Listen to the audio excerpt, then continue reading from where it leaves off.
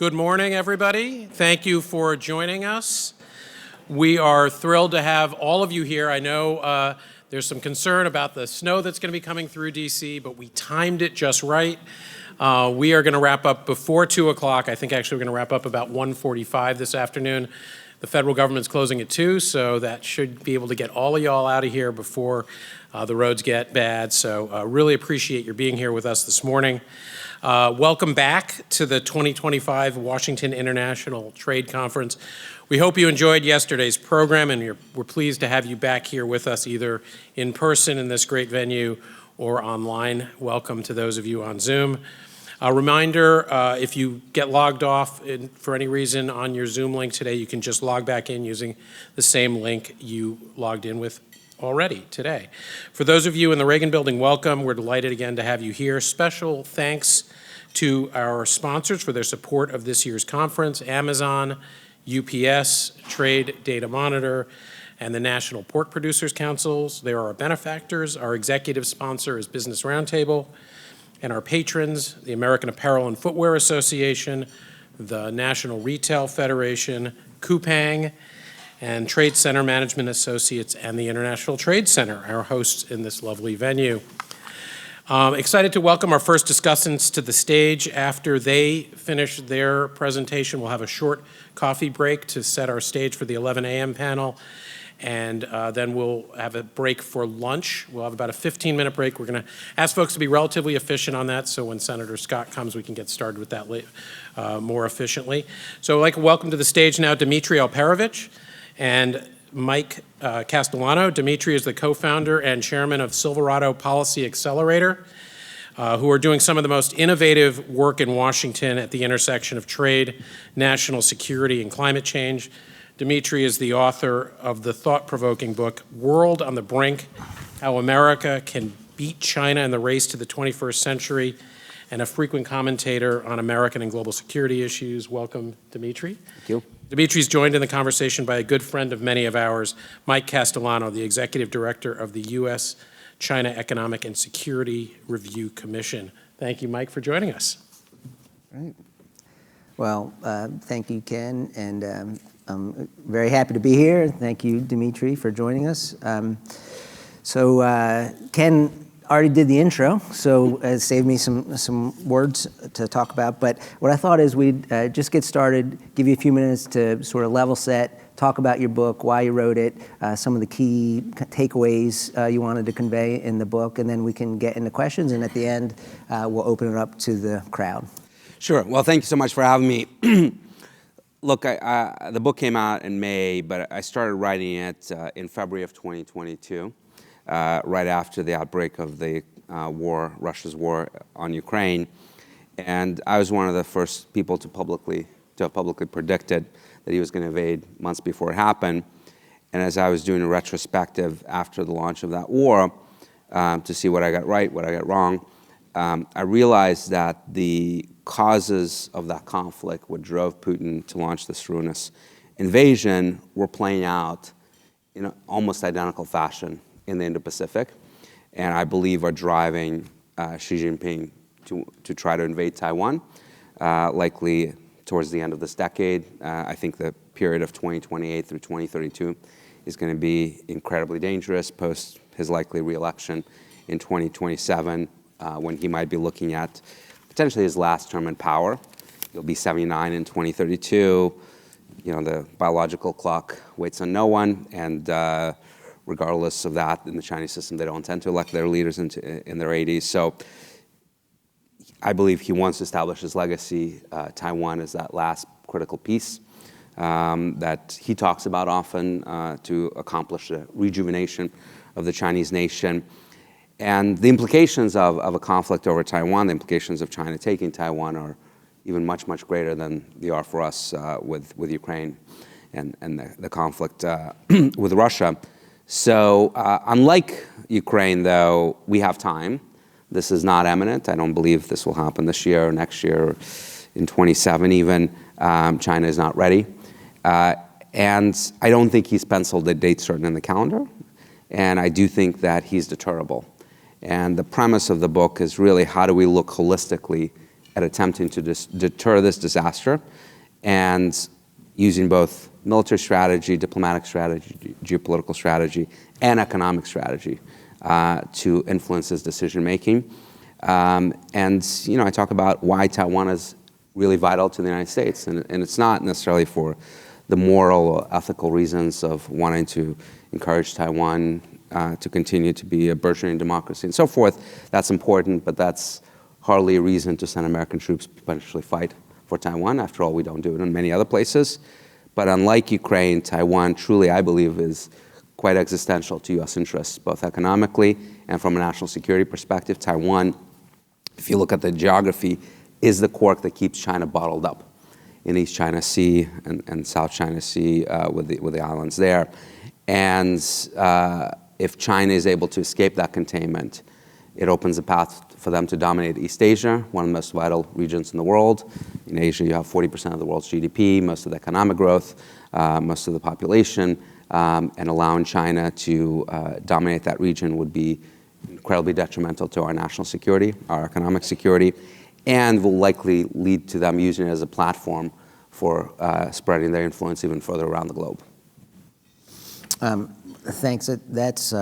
That's very helpful, and I think that's really important because I think a lot of us, especially on the econ and trade side of the world, we look at that Taiwan issue as more kind of a diplomatic, foreign policy issue.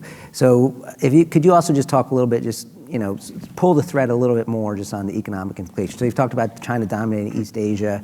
You've talked about the sort of 40% of global GDP. But just so we can get a better understanding of the economic implications of a Taiwan scenario. Well, there are two, right? There's a direct one, which is Taiwan itself. And as everyone knows, it is a major producer of chips, probably one of the most vital goods in today's digital economy. Some people say that chips are the new oil. I actually reject that analogy because there are, of course, alternatives to oil. There is no replacements for semiconductors. And if you don't have semiconductors, we have literally nothing that we enjoy in our modern world, whether it's cars or dishwashers or washing machines or you name it, right? Every piece of electronics has semiconductors. Taiwan not only produces 90% of all advanced chips, a statistics that's often thrown around, but even more importantly produces 40% of all chips, period. Advanced and what I call foundational chips. And that is not going to change in any foreseeable future. There's a lot of misconceptions about the CHIPS Act, which we were big supporters of. I think it's really vital. But the goals of the CHIPS Act was not to reduce U.S. reliance on Taiwan, nor will there be any reduction in terms of Taiwan's market share of chip production in the foreseeable future. To the extent that the U.S. will gain market share, and by the way, it'll be fairly small. We had about 10% of the world's market share in chip production before the CHIPS Act. If everything goes swimmingly, which in government policy, industrial policy, you can never count on that, we might get to about 20%, right? So still a fairly small percentage of the overall market share. And to the extent that we will have those gains, they'll come at the expense of Korea, Japan, and some others. It will not come at the expense of Taiwan. Just to give you a sense of the scale of Taiwanese chip production, so TSMC famously opened a fab in Arizona to produce chips, actually being quite successful despite the early stumblings and negative press. In Taiwan for the next 10 years, they're going to build a fab every single year. We have one in Arizona, right? There's just no way that Taiwan will not remain a vital producer of chips for the next 10 years. And China going to war with Taiwan, very likely results in the destruction of that capacity and a global depression. Estimates are that you'll have 5% of global GDP wiped out. In the event that there is unification through coercion and no war, having China own that production is also incredibly problematic because now we're turning over our economic future and security and making it reliant on China. So that's a direct impact of Taiwan itself. And then, of course, you look at countries like Japan, like Korea, like the Philippines, Malaysia, Vietnam even, in the region, how they will respond to Chinese victory over Taiwan, whether it comes through war with the United States or not. very likely you will see increased integration with China, increased appeasement of China, and those are the countries that, of course, are vital to us both economically and from a national security perspective. Thank you. That's very helpful. And on the semiconductor piece, in the book, you write a lot about foundational semiconductors. So there's been a lot of focus, and I think these days there's a fair amount of familiarity around the NVIDIA chips, TSMC's role in production at those kind of advanced semiconductors. And so there's just much less on foundational. This is an area where Silverado has been doing great work. And so, in the past 2 years, China has spent about over $90 billion by the estimates. I think the latest numbers are not out on semiconductor manufacturing equipment at the sort of foundational level. They can no longer buy the higher end. And so China is a big producer of semiconductors, but to put that in context, there was a period of time last year where they bought more semiconductor manufacturing equipment than all other major countries combined, right? So you talk about Taiwan opening a fab a year, right? So I don't know what the numbers are in China, but they're probably more. Dozens, yeah. And so one question that I have that you discuss a bit in the book is, so right now people don't really view these foundational semiconductors as national security sensitive, certainly not in the way the advanced semiconductors are. But if you were to sort of just look at the current trend of Chinese investment in that space as well as their existing market share, right? What are concerns that you see in that market that and what should we be doing now to get ahead of those concerns? So a number of years ago, these foundational chips were called legacy chips. I had a huge objection to that term, and I kind of single-handedly pushed for the renaming of that to foundational, which is getting broader and broader adoption, thankfully. And the reason is that legacy is just such a terrible term. It just completely undervalues the importance of those semiconductors. Look, advanced chips are very important, right? But they basically have three use cases. First and foremost, of course, AI and broader cloud computing, modern electronics, your phones, your laptops, et cetera, and then some very, very small percentage of weapon systems, particularly around guidance and the like, use advanced chips. Everything else is foundational chips. In fact, even if you look at this device, right, this iPhone, it has 3 advanced chips in it. It has about 160 to 170 foundational chips, without which there is no iPhone.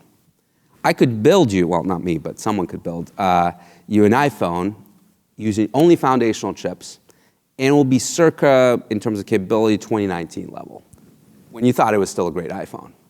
But if I remove foundational chips from you, you will not have an iPhone, because the screen, the power management, the Wi-Fi, the accelerometer, the GPS, all of that is driven by foundational chips and cannot run on advanced chips.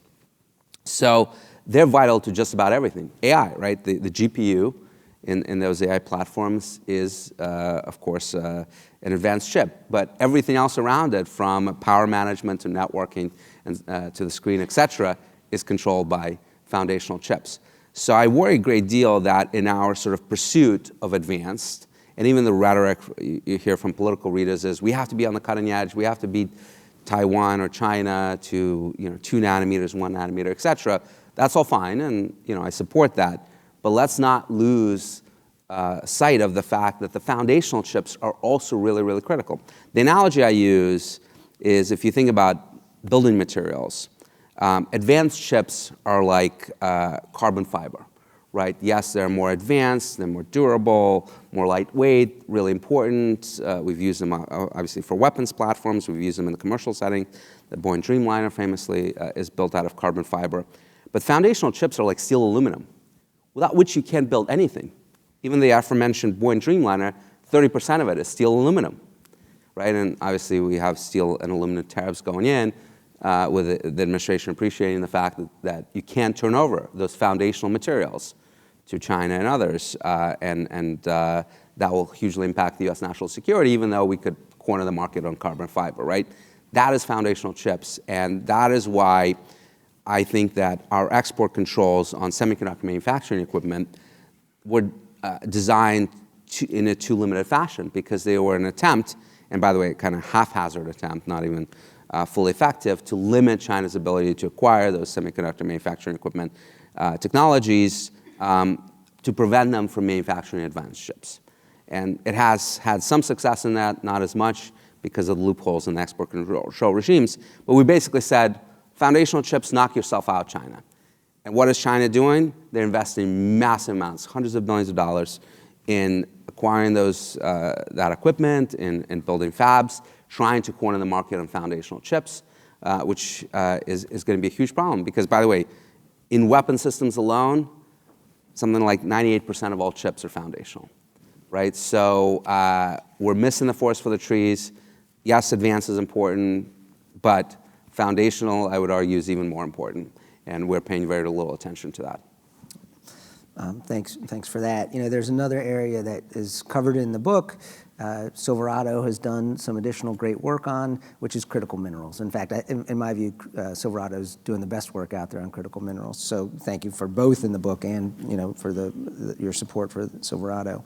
So the book talks about the significant vulnerability of the United States around critical minerals.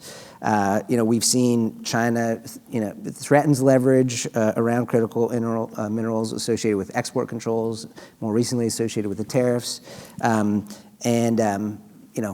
There's been some policy response in the U.S., but I'd love you to talk more about the threat as well as what we need to do to significantly reduce that vulnerability. Yeah. No, we have a tremendous team at Silverado working on this issue. Look, the details are really important here, just as they are on the chips issue. And we talk about critical minerals, but the reality is that there are dozens upon dozens of critical minerals, and the problem in each one is very, very different, and not all of them are, frankly, problems. So we put out a report in September on our website, silverado.org, where we talk about which minerals are critical for national defense purposes, and out of that set, which ones we actually have a great deal of reliance on China, because for many we don't. And it's about 12, actually. So it's not a huge set.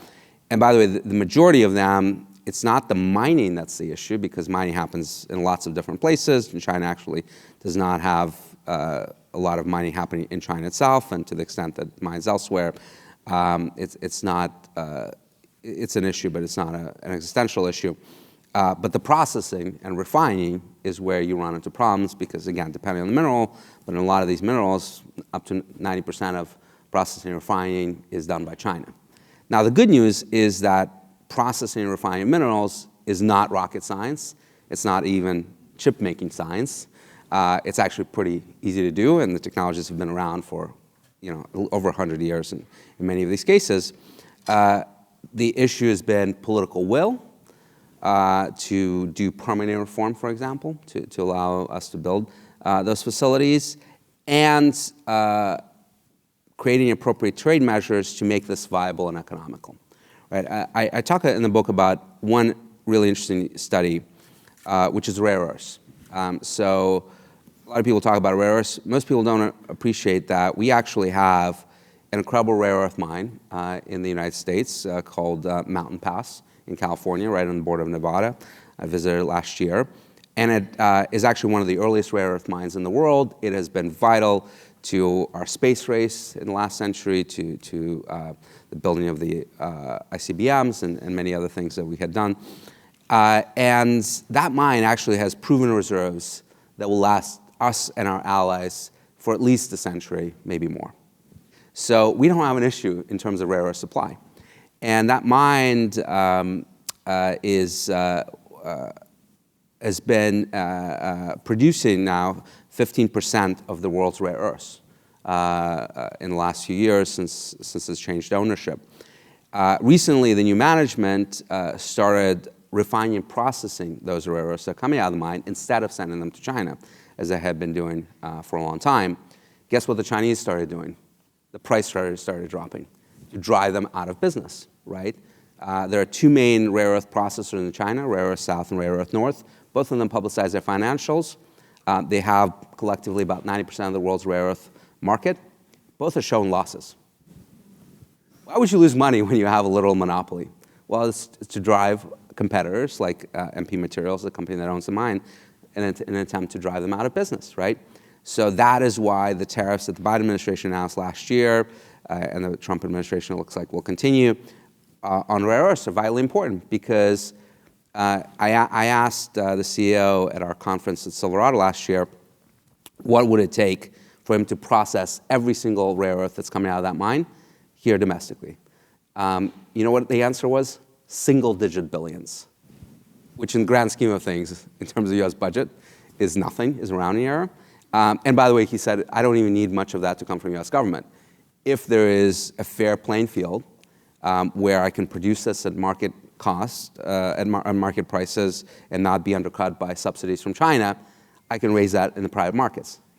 He runs a public company, right? So we need to adjust that imbalance that exists, where the Chinese are dumping this stuff on our shores to drive those industries out of business, as they've successfully done in so many areas, from solar panels to, recently trying to do this with foundational chips and many, many others. Well, that's a great segue to another question, which is, the U.S.-China Economic Security Review Commission, we were created back when Congress passed PNTR for China, essentially by some members of Congress that thought that was a bad idea. And for the first 10, maybe 15 years of our existence, I think there was, we were generally viewed as China hawks, but also I think our views on trade and economic issues were probably not considered, at least the blob's views on those, if you want to call it that. So your book argues that the U.S. and China are already in a Cold War of sorts, and one of the major differences with that Cold War would be the extent to which China's economy is intertwined with the United States. So I'm going to do this as a two-part. The first one is the United States. So that reality seems to be a major constraint on the types of policies that are practical or even possible this time around. Obviously Cold War I, very limited economic investment relationship with Soviet bloc countries. So can you talk a bit about how U.S. policy should account for this reality of where we start in the actual kind of economic interrelationships between U.S. and China? Yeah, Mike, great question. I write in the book that we are in a Cold War II with China. And in doing the research for the book, there's a lot of history in the book, including the first Cold War. I was even struck by the similarities between the two conflicts. They're almost identical on every front. We have a global competition for supremacy playing out in every single corner of the world that is diplomatic, military, economic, geostrategic. We have an economic war. We have a spy war. In fact, the levels of espionage against this country is at the highest levels they've ever been, in part enabled by cyber. We have a rush for military bases in the region. We have an attempt to create alliance blocks, the Quad, for example, and the like, and China getting closer with Russia and North Korea. We have a space race where, once again, we're going to the moon. Does that sound familiar? We have a nuclear arms race where China is building up massive nuclear weapons. We're about to undergo a modernization of our nuclear arsenal. We have a conventional arms race. And we have, in Taiwan, the new West Berlin, that flashpoint that for the first 15 years of the first Cold War almost brought the United States and the Soviet Union to the brink of war. Very, very similar. Now, people that argue we're not in a Cold War, look at all those. There are about 10 similarities between the two conflicts and say, but you have this one thing, which is the deep economic integration between China and the United States that negates all the others. One, I find that a peculiar argument to make, but two, it actually is ahistorical, because there was actually a lot of independence between the Soviet Union and the West that we've completely ignored. And I'll give you just a few points.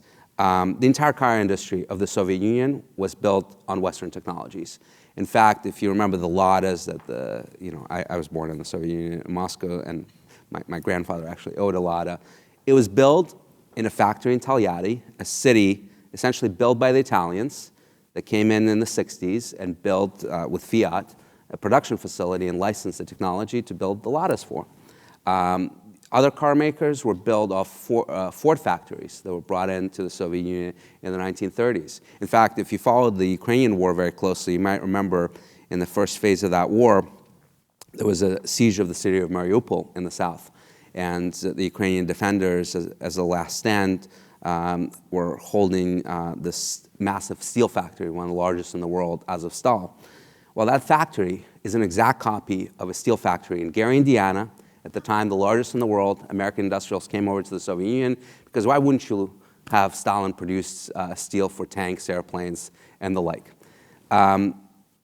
Throughout the 1960s, Western oil technology companies started selling technologies to Russia to explore their oil and gas fields, which, by the way, financed the Cold War and made Europe very dependent on fossil fuels from Russia. The entire industry was running on Western technologies that were not stolen. They were sold to them. And even as far as the 1980s, right, you have the Reagan speech of, evil empire and so forth.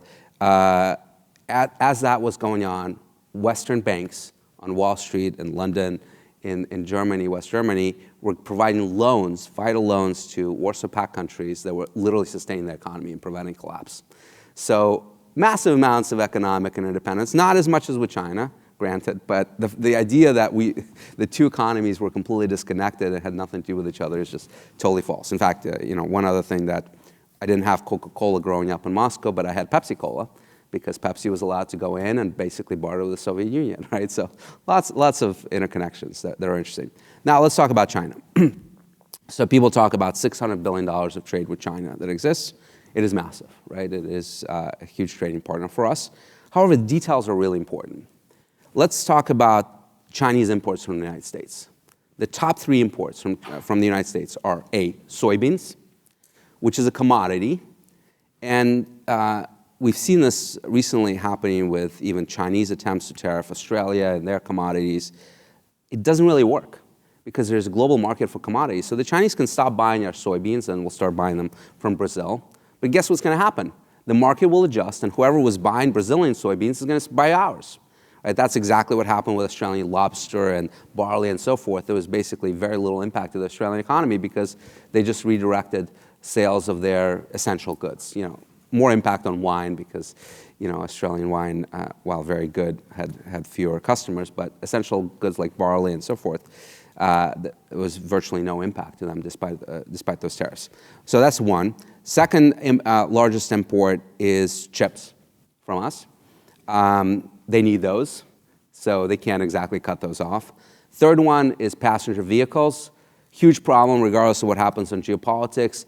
China's priority, of course, is to dominate the car industry. They're making huge strides, particularly in EVs, and you're already seeing sales of Western cars in China decline precipitously. So trade wars or not, that business is going to come to likely an end in the foreseeable future, regardless of what happens in the trade conflict. Now, if you look at the reverse, where we have the greatest dependencies on China, so we import a lot of different things, but when you think about things that we import where it's essentially sole source from China, or mostly sole source from China, the top good, anyone know what it is? Toys. 85% of our toys come from China. Now, if those things didn't come, our kids would be devastated, but we would probably survive, and guess what? The market would adjust and we would start making them elsewhere. The second category is appliances. Again, probably more problematic than toys, but not exactly essential. So you go down the list and you realize that, yes, there's a lot of trade that's going on, but a huge chunk of it is actually not that essential, or actually can be decoupled, particularly from a Chinese perspective, because it's largely commodities based, and they need those commodities to grow the economy. They need energy, they need food, et cetera. So I think there's an underappreciation for the fact that, just like with the Soviet Union, we actually have a considerable amount of leverage from China. And yes, we buy a lot of produced goods in China. We don't have to. And with the right trade policies, that can and is already shifting. I was telling you right before we got on the panel that I had a conversation with a CEO of a major firm, kind of top 25 Fortune 500 firms, back in 2021. So Biden had just come in and kept the tariffs that were instituted by Trump, and later on, of course, even raised them further. And this person was telling me that they basically ignored the first Trump term, assuming that it's just an aberration, and they're not going to pull out of China. They had a lot of business in China. And basically a year into Biden, they realized that this is not ending, that this is going to continue regardless of who's going to be in office. And they started working towards diversifying their production and markets to other countries in Southeast Asia, Vietnam, Malaysia, et cetera. And I think that's actually happening across the board and will only be accelerated with the trade war intensifying. So yes, we have an economic dependence on China. It is going the other way. And I think will only accelerate. And by the way, labor is no longer cheap in China. Xi Jinping, as we were talking about earlier, is quite anti-business. McKinsey right now is talking about pulling out of China, right? There's a report in Bloomberg a few days ago. And, if you have companies like that a lot of these huge multinationals rely on to do business there out of China, and law firms are pulling out of China, your ability to do business there will diminish dramatically. And, that's why not only are we in a Cold War, but it's increasingly looking like the last Cold War.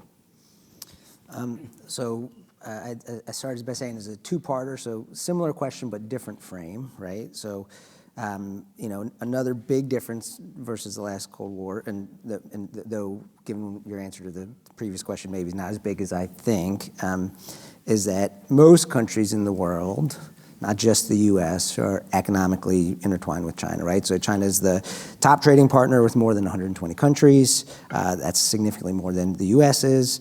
And then you also have, it's a member of the WTO, and that sort of structure and rules-based system, which they're a significant beneficiary of.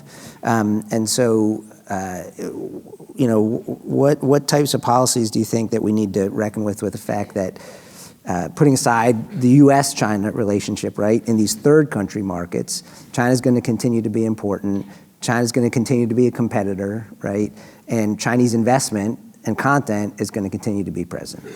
Well, again, I think details are important. What does it mean to be a top trading partner?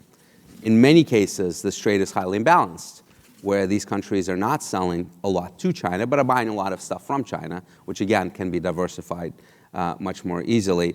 Not true of the commodities brokers. So if Chile and you're selling lithium, or oil and gas coming from the Middle East and elsewhere, or iron ore from Australia, yes, China is buying that. But again, it's a commodities market. If China is going to stop buying iron ore from Australia, it's going to go elsewhere because they're going to start buying it from another source, right? So a lot of those dependencies, I think, are overemphasized. And countries that do sell a lot to China, they're finding that increasingly the Chinese policy is to kick everyone out and endorse in every single national industry national champions, right? That's what the China 2025 plan was all about. They didn't meet it on a lot of their objectives, but it's not ending. It's the subsidies are continuing, right? So look at Germany, right? Massive reliance on China, export of a lot of high technologies to China, particularly automotive industry, but others as well, increasingly in trouble because that market is getting cut off because of domestic competitors, because China does not want that dependency on Western technologies. So if you're not selling commodities to China, guess what? There's a limit to, a time limit to your ability to have that access to the Chinese market because they don't want you. So this is an opportunity for us to get those countries to realize that this is ultimately a fool's errand and they need to diversify their markets or they're going to be in real trouble, and many of them increasingly are. Not to mention that it's becoming more and more difficult to deal with China. Look, I've said this half in jest that if Xi Jinping is not a CIA agent, we should put him on the payroll because everything he has done since coming into office in 2012 has been to the detriment of China, right? The wolf warrior diplomacy, the aggressive anti-business practices, the anti-corruption campaign that only targeted his opposition, political opposition in the Chinese Communist Party. the antagonization on the trade stuff of a lot of the world. So we need to play into that, right? And yes, a lot of countries resent us, and they'll probably resent us even more, given the trade actions we're taking now. But I've always argued, maybe this is sort of me being a naturalized American citizen versus a native-born one. I've always found it puzzling that Americans always want to be liked. And the reality is that no one likes the strongest guy on the playground. They resent them, and that will always be true. But as long as they hate the other guy more, that's good enough. So it's not about making others like us. It's about making them hate China more. And that's not a hard case to make, given their behavior. So that's what we need to start promoting, right? And by the way, the Russians do this really, really well, right? They're not promoting Russia, right? But their disinformation, misinformation, propaganda is all about taking us down and saying, see what they're doing? Never really trying to justify their own behavior. It's always the whataboutism, but look, America's worse. How about we start doing that to China? Well, so to sort of take that conversation potentially in a different direction, and I touched on this in sort of the rules-based trading order. I remember in 2009, I was on a panel and kind of made the point that at some point we'll need to reckon with the fact that if not the single biggest beneficiary of the WTO rules-based global trading order was a communist country that didn't have a capitalist-based, a market-based economy, didn't actually believe in those rules, and sort of didn't follow the underlying assumptions that had created those rules in the first place, right? Probably less controversial concept today than back then. By the way, my partner in Silverado, Maria Hinman, says this all the time.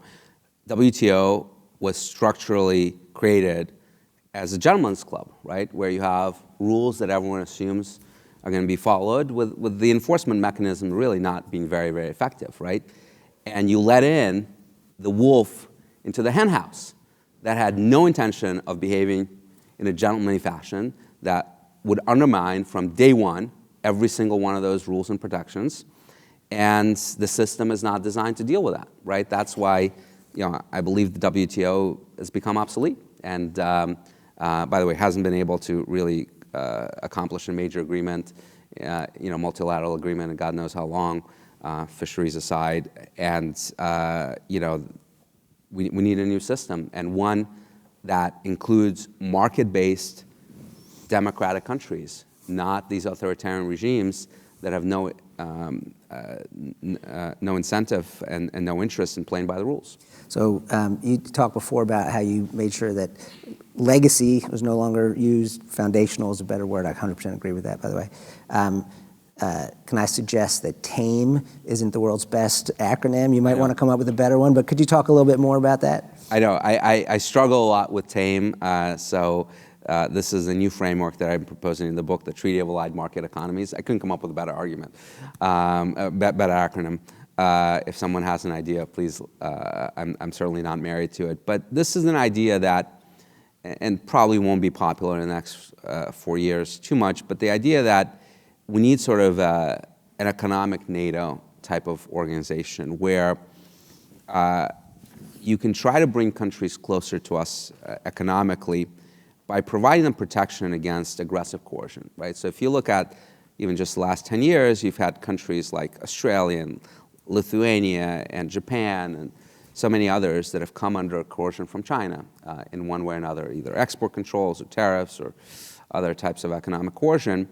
And if you create a block of countries where the threshold for entry is you have to be a market-based economy and democratic and abide by international law and rules, you can effectively have a deterrent strategy against this, right? Where you can say that if one of our members, say Australia, is coming under economic pressure from China that is causing them, making up numbers, $100 billion of economic damage, right?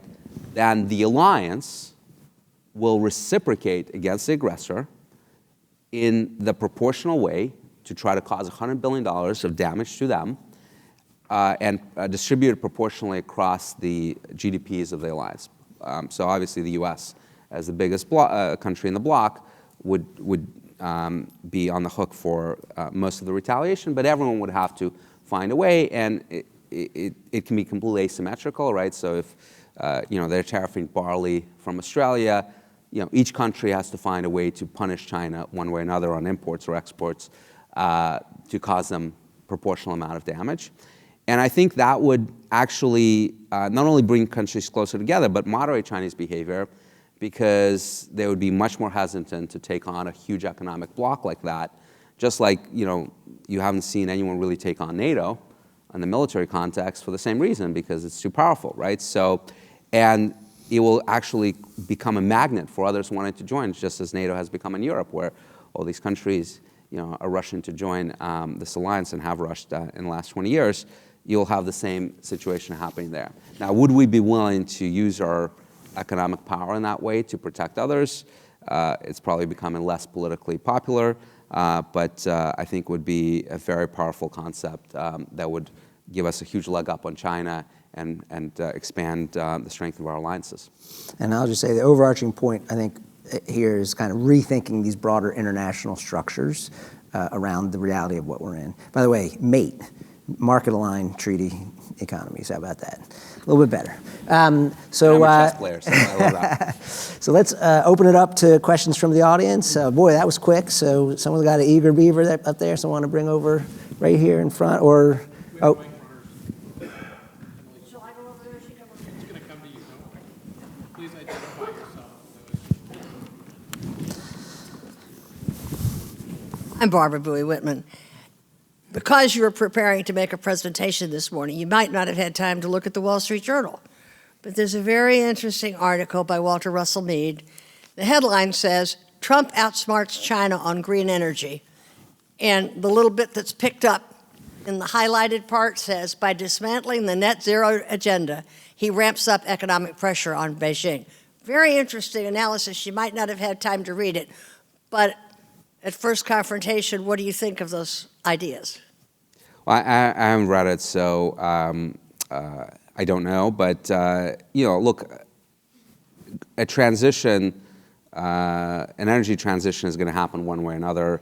People are buying EVs for lots of different reasons. They're just better cars, right? Batteries are going to be much more important energy part of our energy. So we need to make sure that China does not dominate those critical fields. And actually, so in the book, I talk about kind of 4 technologies and 2 components of those technologies that we need to absolutely make sure will win in the century. One of them is AI and autonomy, and we are winning, despite all the hype about DeepSeek. We can talk about that if you would like, but China's behind, and we can ensure that they're further behind. The second one is biotech and synthetic biology, which I think will be driven by advancements in AI, and not just in medicine, but in things like bioenergetics, biomanufacturing, creating materials in the lab. I think that's a huge industry with enormous potential in the coming decades. And again, if we win the AI race, I think we'll be in a really good position there. The third one is space. We've got a huge leg up on China there, thanks to largely SpaceX with reusable rocketry, but also enormous innovation coming from other startups and big companies like Amazon in that area. And the fourth one is green energy, where we're losing badly, right? Whether it's batteries or solar or wind or even nuclear, China is ahead, largely due to subsidies, largely due to investments that they've made, and I worry that we're going to miss the boat on that. And then the 2 components we've discussed already, chips and critical minerals. Chips, we are kind of on the knife's edge there, where we could lose this if we're not careful and smart about our policies. And critical minerals, we are losing right now, but easy to rectify with investments, particularly in refining and processing.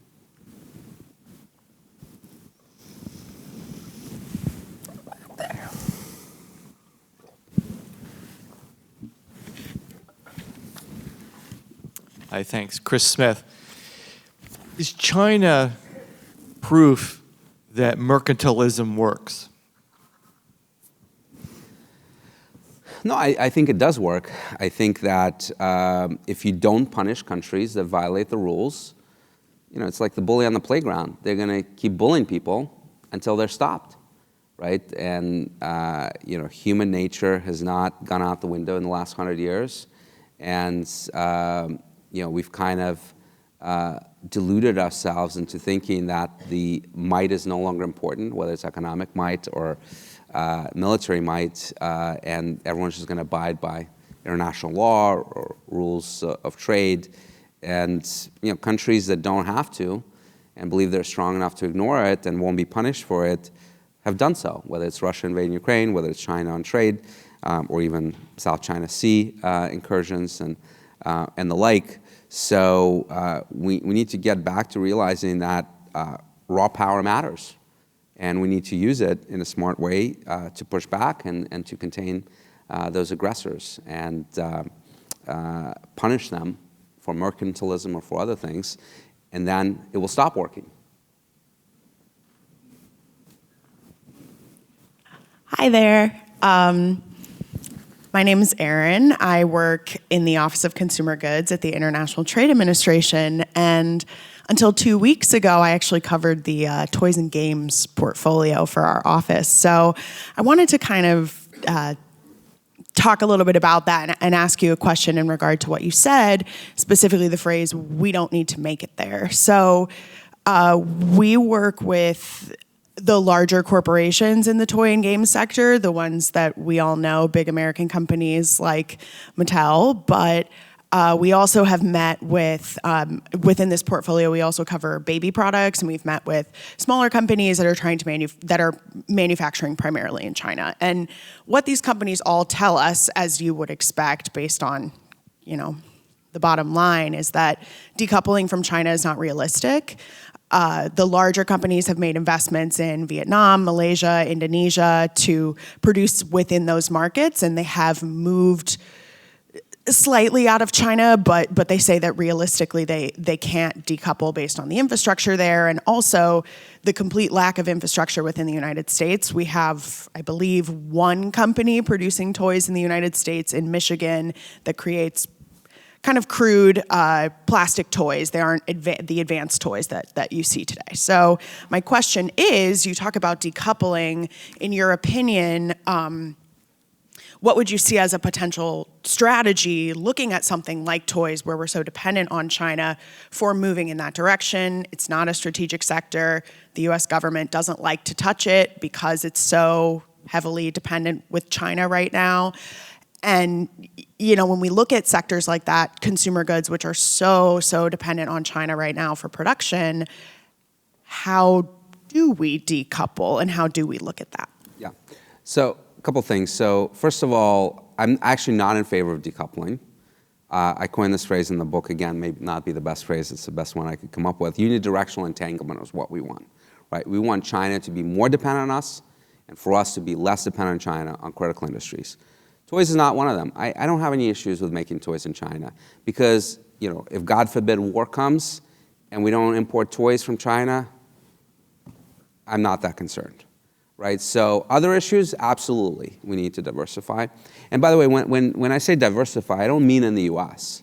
Like this is not, unfortunately, some of the anti-China policies in the last 8 years have become a jobs issue more than a national security issue. I'm all for ABC. Anywhere but China.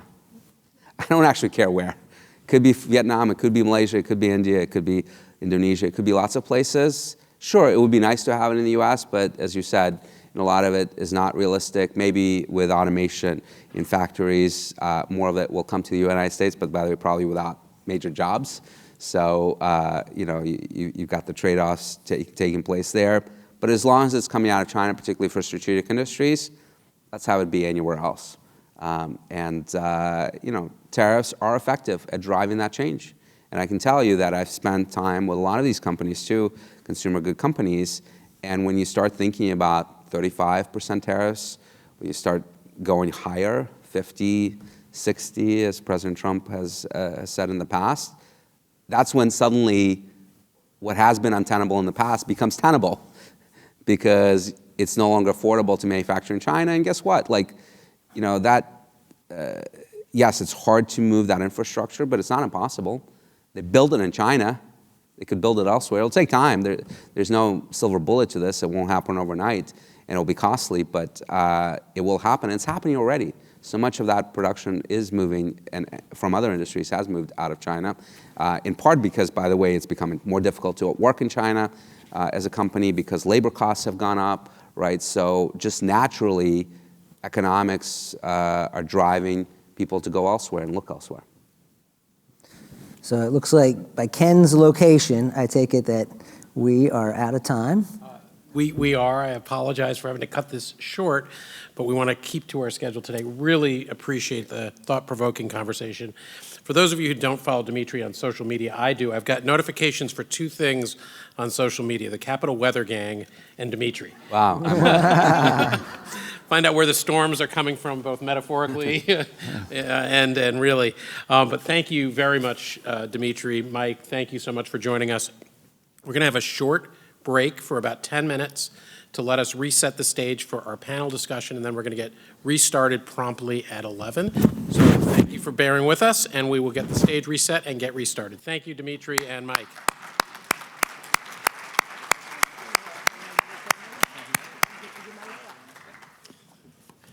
Thank you, Dmitri. Appreciate it very much. I mean, yeah. I could have gone a lot.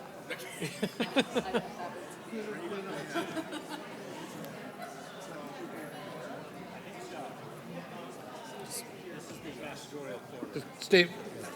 Stay. And I'm the imposter. Thank you, friend. Hello, everybody. If I can ask you to please quiet down and take your seats so we can begin our next session. Thank you for joining us today. We have a terrific panel discussion ahead. I think it's a great follow-on to the conversation between Dmitri and Mike talking about China.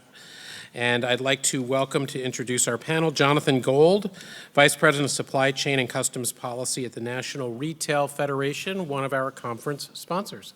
Jonathan, thank you.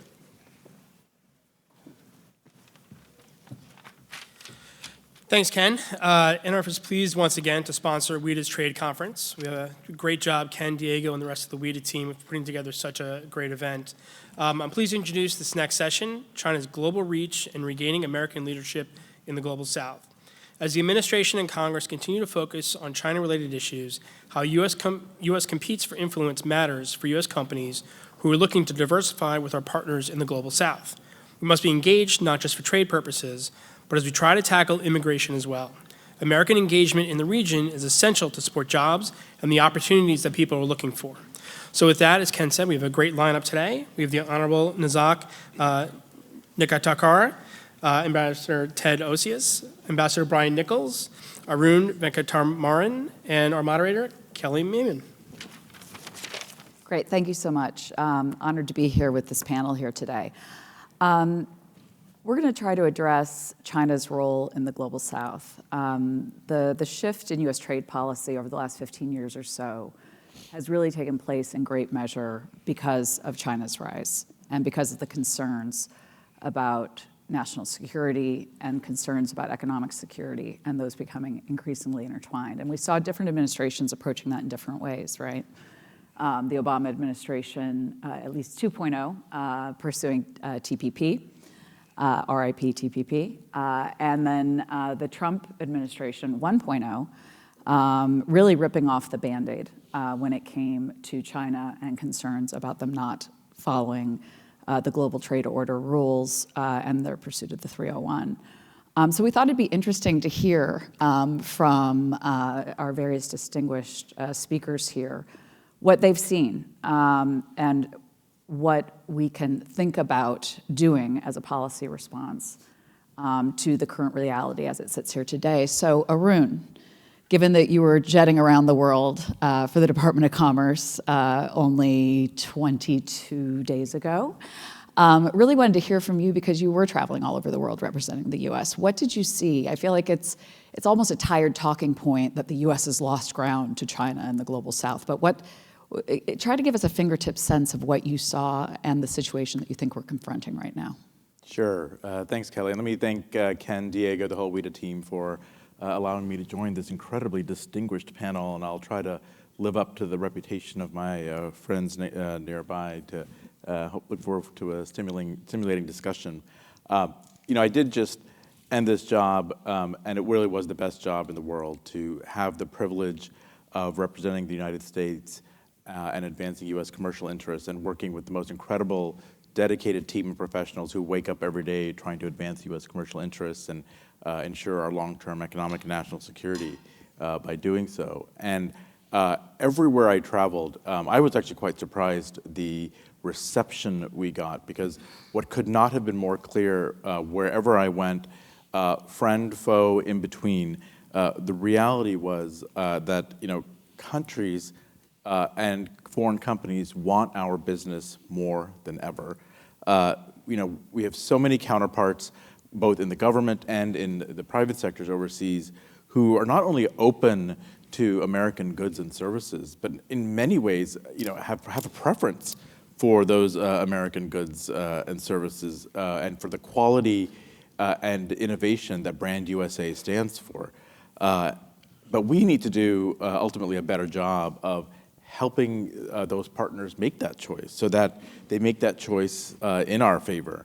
And what we saw was that in some cases, there were situations where our businesses weren't showing up.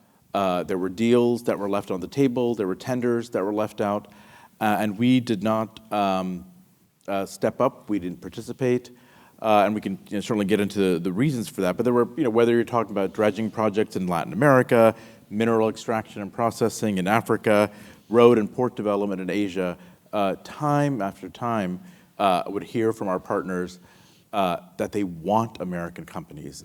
They want American companies to compete with others, and they want to ultimately be able to select American companies, but there is a threshold matter of getting American companies to participate. Now, of course, in so many other cases, we do compete, and we know when we compete, the competition is fierce. And our companies are hugely successful in so many areas, but it should really come as no surprise that ultimately, particularly when we're talking about the Global South and at a time when governments are dealing with constrained budgets, the price sensitivity matters. That is an issue for all of our companies, all of our goods and services. And we have to do a better job as private sector and government in laying out the value proposition for American solutions. We know we have the best in the world. We know they are worthy of being selected. But we also know that there are challenges in getting them selected ultimately. And of course, I think these challenges are naturally more acute in the Global South. But even within the Global South, we see differences, right? I would say from my experience, and I'm looking forward to hearing what Ted has to say about this, but when I look at India and certain parts of Southeast Asia, I see huge American success stories.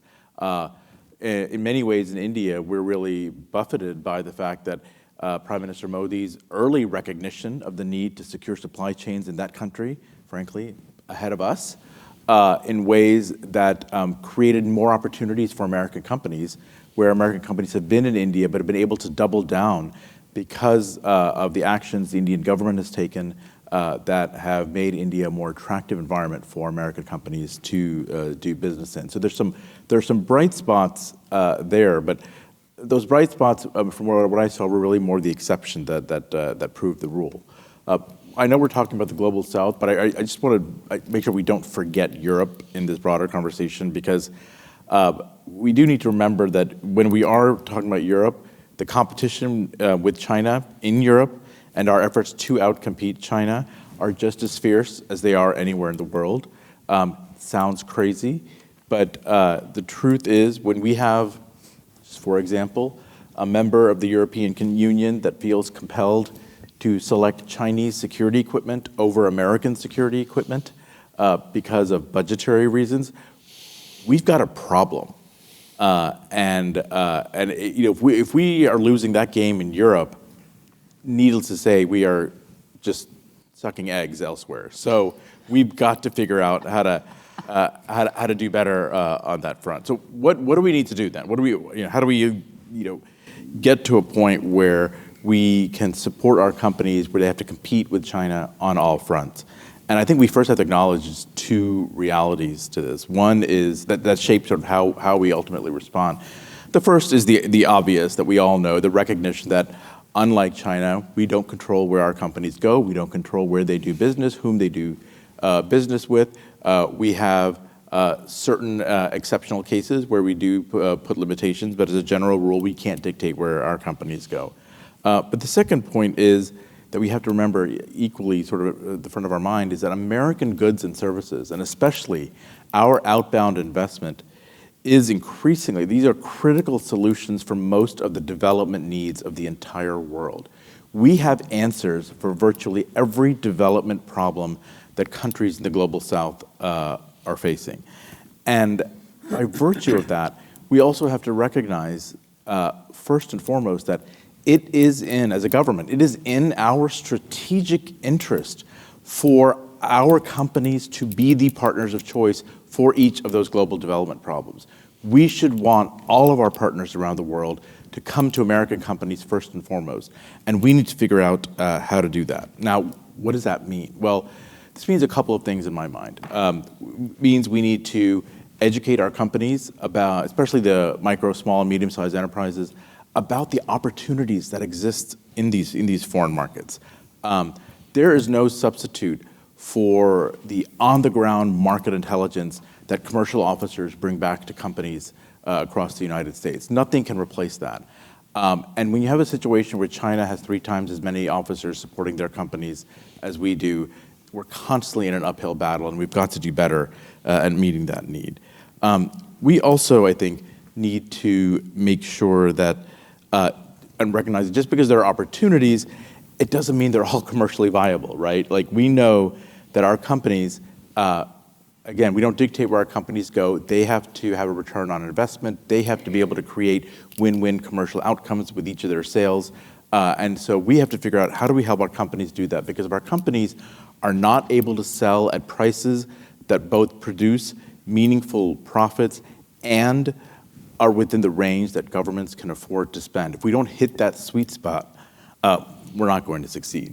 And so what we need to do is better coordinate our resources across the government to help our companies deploy tools that we have and then create new tools to help companies bridge that gap.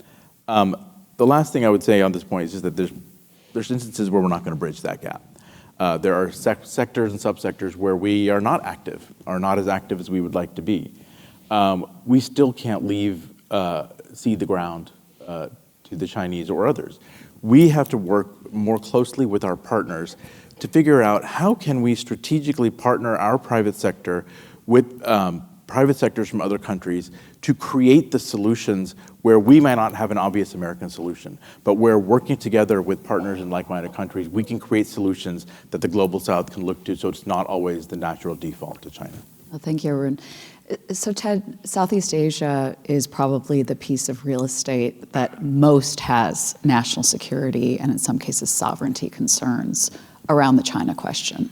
I was hoping that you might speak to us just a bit, because that region is just so uniquely sandwiched between the United States and China from their own national interest standpoint.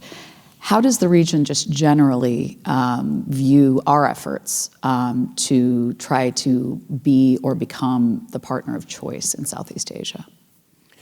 First of all, the region doesn't look at itself as a counterbalance, but it likes to be looked at in terms of its intrinsic value. Arun mentioned that India and Southeast Asia are growing very fast. I would posit that they are the global engine of growth for the next couple of decades, in the way that China was for the past 3 decades. And the evidence is very clear. The fastest part of that growth is in the tech sector, where, as Arun mentioned, we have a lot of solutions. We have a lot to offer to the nations that are looking to move up the value chain, move from low value-added products to innovation-driven economies. 4 of our top trading partners now are in ASEAN. Vietnam, which used to be one of the poorest countries in Asia, is now our 8th largest trading partner. The American companies are responding. I work for the U.S. ASEAN Business Council. We have 183 member companies. They're invested in Southeast Asia. They're finding opportunities in Southeast Asia. They're making good money in Southeast Asia. And the region isn't kind of waiting for the United States to get its act together. The region is moving forward. I mentioned the strength of the digital economy. The ASEAN nations are negotiating a digital economic framework agreement that I think will set the rules of the road for tech, not just for the nations of ASEAN, but for the Indo-Pacific and beyond. They're also negotiating free trade agreements or upgrading free trade agreements with Canada, the EU, and China. So they're not waiting for the United States. They're part of the largest trade arrangement, RCEP, that exists on the planet. It covers 2/3 of the global economy. So they're not sitting on their hands. They're taking the initiative they're finding opportunities, and they would like to work with the United States. I think what Arun, there's one of the things that Arun said that I want to focus on, that showing up matters. And Arun and his boss, Gina Raimondo, showed up in Southeast Asia a lot, and it made a difference. And our companies have been showing up in Southeast Asia for a long time, investing in Southeast Asia, trading with Southeast Asia, finding opportunities in that part of the world for a long time, and it matters. And so, yes, we're the partners of choice, but we're not the only game in town. So we really have to compete in order to take advantage of this incredible growth and this incredible set of opportunities in a very dynamic, not only fast-growing, but highly aspirational region where they see opportunities for their people to move out of poverty, to move into more and more interesting jobs, to drive their economies in new and creative ways, to take advantage of innovation, particularly in the tech fields. Great, thank you, Ted. So Brian, you've got the biggest piece of real estate to cover here because you were ambassador to Zimbabwe as well as to Peru. And thank you for your service. For those who don't know, Brian retired last year after 36 years in the Foreign Service, uma vida, as we say in Portuguese.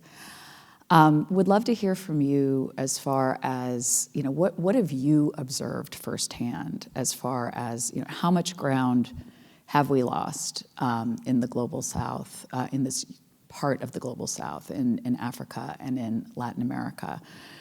Maybe we'll save Latin America for your second question, but first off, on the continent, how are our efforts to engage, we're obviously discussing AGOA now, but writ large, how are our efforts viewed, and what would you share with us from your life experience?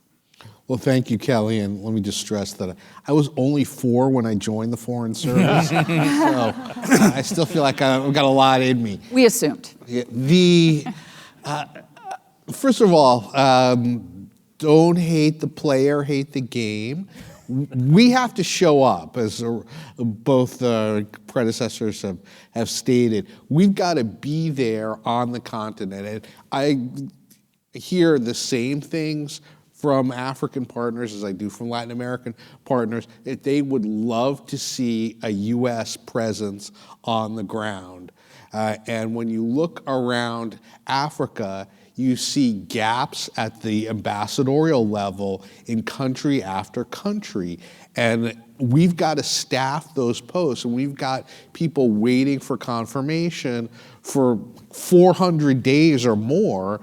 That means that our top salesperson is not there delivering a message. When you look at every Chinese embassy, you better believe there's an ambassador in every single Chinese embassy there, and multiple commercial officers. That's probably going to be their biggest section in the embassy.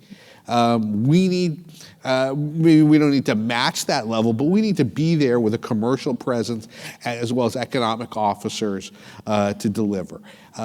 Key piece of what the Chinese are able to deliver across the global south is a solution in a box with financing and implementers.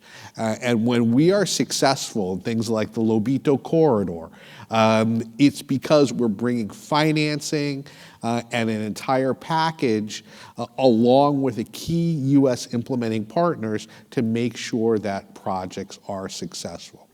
And when an American company is the centerpiece, that means that there's going to be quality. There's a lot of complaining around the world, particularly around the global south at least, that the projects that the PRC implemented in their countries 10, 20 years ago have failed to deliver in quality. And we have a great argument to make that rather than going for lowest cost, going for best value is what will deliver for the taxpayers of whatever country you're in and will be in the national interest of their country. And when you can have that conversation, it can be tremendously persuasive. In the areas where the PRC is particularly active, extractive industries and major infrastructure, we also need to work with partner nations industries because we can't always get U.S. companies to bid. The financing piece is important for them, but they're also overstretched, and they also need to understand the risk proposition. So making sure that information is available to them and making sure that our policies in countries are addressing the issues of risk, whether it's political risk, whether it's conflict, whether it's financial risk, all of those things need to be addressed in the region. And when you look at the array of PRC ports, roads, rail hubs, they've really focused on setting up an infrastructure that will take what they want, which is typically minerals or other commodities, and get them to China. And we have an opportunity to, one, help build greater infrastructure, because for all the work that they have done, there's still a tremendous need in Africa for greater infrastructure development. And a lot of the infrastructure that has been created hasn't been of the quality and the level that's going to be durable. So they're going to have to renovate this infrastructure relatively quickly, and this gives us an opportunity. We need to make sure that our commercial and our broader diplomacy are there, and I do appreciate the fact that a number of cabinet officials in the past administration, not just my fellow Rhode Islander Gina Raimondo, but Secretary Blinken, many others, Rita Jo Lewis from Exim, did travel to the continent frequently, but they need to do more. And I'm hopeful that the current administration is going to look at that potential and take advantage of it. Not to jump to the next question, but certainly Secretary Rubio's having had his first trip with Central America and the Caribbean, there's great opportunities in Africa as well, and hopefully he will take advantage of that. Just the final note that I would make on this is, as we look for opportunities, we have to remember that the PRC is not 10 feet tall. There are opportunities and partners, even for countries that are skeptical of us. I was ambassador to Zimbabwe, but we were able to make a major sale for John Deere because they had the farm equipment at the price that Zimbabwe needed, and they were able to deliver it in a transparent and well-financed deal that was accepted by the Zimbabwean government. We need to look at all of these opportunities and make sure that we bring a package that's going to be successful, and I'll leave it there. Thank you, Brian. Nazak, given your background on national security as intertwined with economic security, would love to hear from you, in particular with respect to the experience that you had in the first Trump administration, as far as what policy tools were the most effective. If I'm not wrong, I think at the Department of Commerce, you were very involved in regulatory and trade initiatives in that regard.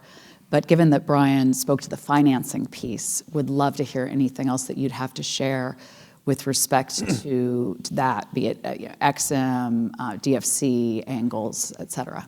Yeah, thank you for having me. And I'm a substitute for the great Dan Runde from CSIS, and he writes a lot of great pieces on investment in developing countries, and he has a great book. So if you're not well familiar with Dan's work, please take a look at it. But going to the question, I want to really underscore sort of the political reality that there's, businesses tend to flock to investments in whatever region's the cheapest.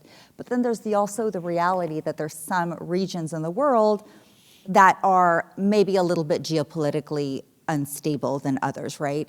It's all a guessing game, but to the extent that those regions somehow go offline, right? Businesses don't want to be caught off guard.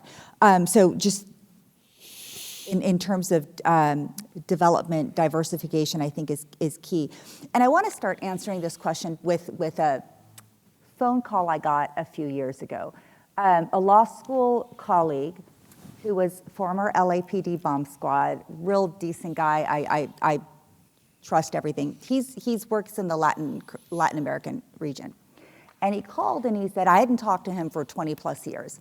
And he called and said, Nazak, I see from your LinkedIn post you're really focused on China. Let me tell you that the Chinese are all over Latin American Caribbean. They're buying land. With the land, they're getting rights to the air rights, and they've got the customs officials bribed, and they're smuggling in weapons. And this is happening all around Latin America and the Caribbean countries. Anyway, the situation is grave, it's dire. We need to be there because this is what China is doing. Obviously, China's access of ports around the world, strategic infrastructure. They're leveraging, China's leveraging its access to ports and infrastructure to then compel trade in the RMB. And when they compel trade in the RMB and away from the US dollars, they're going to more and more compel countries to trade with China only and not the United States. So we're seeing that we're slowly getting displaced from these regions in terms of trade. Obviously, Belt and Road, another instrument of coercion. China's investments, we tend to really undermine the extent of China's commercial investments in these countries. They're building schools, they're building factories, they're giving people jobs, but they're building schools. They're generating immense goodwill when the US and US businesses aren't present. And then they're extracting minerals and things from countries, pennies on the dollar, right? Just in a way, raping and pillaging these countries to extract the gains that they need from them. But as policymakers, you've heard there's real tangible solutions. In terms of trade, right? There's right now a shift away from free trade agreements, but more bilateral strategic trade deals. I think this is a great opportunity to work with all of the global South, right? The Southeast Asian nations, Africa, South American nations, Latin American, Caribbean, to do deals in energy, in raw materials, in digital trade, in commodities, right? As we're substituting, if we're going to be, as Dmitri pointed out, substituting away from China, we need to buy things from other countries, right? And so this is a wonderful opportunity for these countries to kind of step in and for us to help them step in to become a substitute for China. In the Trump 1.0, we had the Prosper Africa initiative, and we had this initiative called America Crusade. And what we were doing with Prosper Africa was looking to how do we bring some manufacturing into Africa so Africa could benefit from what its own riches in the country, economically benefit, rather than having China extract or Europe extract and take it for their own. America Crusade, we had MOUs with Latin American and developing and Caribbean countries where we would help them build a regulatory infrastructure to make it easier for US businesses and international businesses, frankly, to invest there. We really have to do more of those things. At the end of the day, you know, I hear policymakers always saying, well, we just have to give countries money, okay? We're not China. China's second largest GDP in the world, one of the lowest per capita GNI, which means companies, the people aren't making money. It all goes to the Chinese government. That's how they have the funding to money to fund everything. We believe in companies making money. We believe in people making money. Our government has less revenue. So we have to think more strategically about how to be in these countries. The US is on the brink. The center of gravity of critical mineral investments is happening in the United States. We're just a few years away from really having the capability, the IP, to process critical minerals, which China has the stranglehold over, process the whole range of critical minerals, right? If we can really achieve this, then we're able to provide our technology to the global, to the African nations, to South America, to benefit from their riches. You know, the president talks about, I'm going to go in the north here, but we're going to take Greenland. Greenland, forget it, Greenland's going to be coming to us because the alternative is China processing their critical. This is a massive diplomatic tool. I talk about chips diplomacy, technology diplomacy, right? This is a real great way for us to loosen our export control requirements to help these countries build their capabilities. Remember, we built China into the powerhouse it is today. We can certainly build these other countries, and that provides us with enormous diplomatic wins. The final point I wanted to make is that as businesses, and you're looking at all of these options, seize the opportunities that we're trying to move away from China. The government isn't going to come up with a solution for you. They never will. They have way too much on their plates. But think of a solution, think of a strategy, take it to the government, bring it to the various agencies that have equities on this, show them how it needs to be done, but advocate for yourself, because if you just go to the government with problems, there's way too many problems for everybody to tackle. Go in with solutions, seize this opportunity, capitalize on these opportunities, and then the government is going to be very inclined and will have the roadmap to help you. We have enormous opportunities, we just forget that we do. And we've got to think about how our innovations are going to pull these countries in the U.S.'s favor. Final point, you know, Arun mentioned the value proposition. You know, when I was at the International Trade Administration, we would do these bilateral talks and deals with other countries. I used to say over and over again, when you do business with Chinese entities, you're doing business with the CCP. When you do business with the United States, you're doing business with American companies. If something goes awry, who do you think you have more leverage with, the CCP or the American companies, right? We operate in a transparent way through the international, you know, tribunal system if there's a dispute. The value proposition there, it's not just us throwing money at them, but we've got to really make the case for American businesses. Zach, thank you so much for that. And I'm sure we all walk around with the America First Trade Policy Memorandum in our pocketbooks, but not to put words in your mouth, but I'm hearing letter G, which I was super psyched to see personally. The United States Trade Representative shall identify countries with which the United States can negotiate agreements on a bilateral or sector-specific basis. So that's you know, something we can think about when trying to build a positive agenda that I think you were alluding to in your comments. So thank you for that. Arun, would love to hear from you with your perspective. Obviously, under the Biden administration, industrial policy took a front seat to trade policy as far as a strategy for competing more effectively with China. I'm wondering if you could speak to the effectiveness of that strategy, where we need to take it from here, and is industrial policy alone enough, and or what other components of the strategy would you recommend that the United States pursue going forward?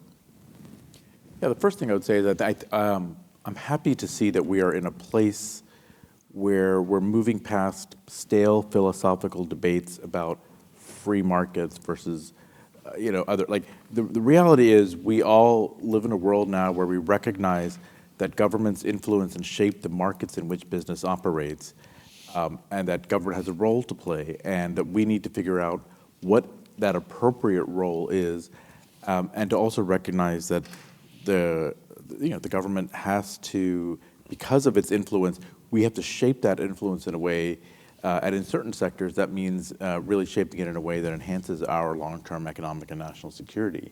I want to quibble a little bit with the framing of the question, because I think from where I sit, when you look at responsible industrial policy, it has to have that essence of intentionality, and I think that intentionality that we need to have nowadays has to begin with this understanding that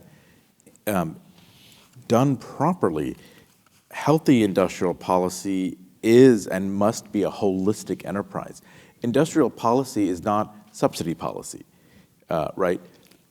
Done properly, industrial policy is the through line that in every policy area we operate in, whether it's tax policy, trade policy, competition policy, energy policy, there has to be an industrial component and vision to each of those. Because that real industrial policy, and I think this is the way successful countries do this, is their governing and their policy making writ large is infused with the sense of supporting industry. Now, let's be clear, I think the role we have for industrial policy to be present in all of our policymaking areas does not mean that we become China. Does not mean we become a socialist country. It doesn't mean that we control our companies. That's not where we're headed. But there's a whole spectrum here, just as there always has been. When we think about the post-World War era, when we had debates with Europe about how market-oriented they were and social democracies, it's the same kind of question about where we draw the line. And I think what we recognize today is that we're not living in a world where commercial activity is somehow disconnected from economic and national security, but in fact, commercial activity is part and parcel and the pathway to economic and national security. So governments will have to play a role to maintain that security, and I think you saw that reflected in the bipartisan infrastructure law, the Inflation Reduction Act, and the CHIPS and Science Act. But while we always have to keep our focus on national security and do what's in our national interest to preserve our national security, I think we ultimately do need to recognize, and perhaps it's counterintuitive, but we do need to recognize that our national interest and our national security, our economic security, ultimately does depend on partnerships with others. We ain't going to do this alone. I mean, this is really, whether you talk about chips, artificial intelligence, autos, green technology, all of these things, we're going to have to rely on, secure supplies from, partners that we can trust. We're going to have to rely on, co-innovations, co-developing that we do with trusted partners. We're going to have to rely on partners that work with us on export control and sanctions enforcement in order to ensure our long-term economic and national security. And I think from where I sit, that's exactly what we tried to do in the Biden-Harris administration. We did try to build these partnerships that recognized we have to go beyond traditional ways of thinking. As Zach pointed out, trade agreements are great, but the world needs much more than trade agreements, much, much more.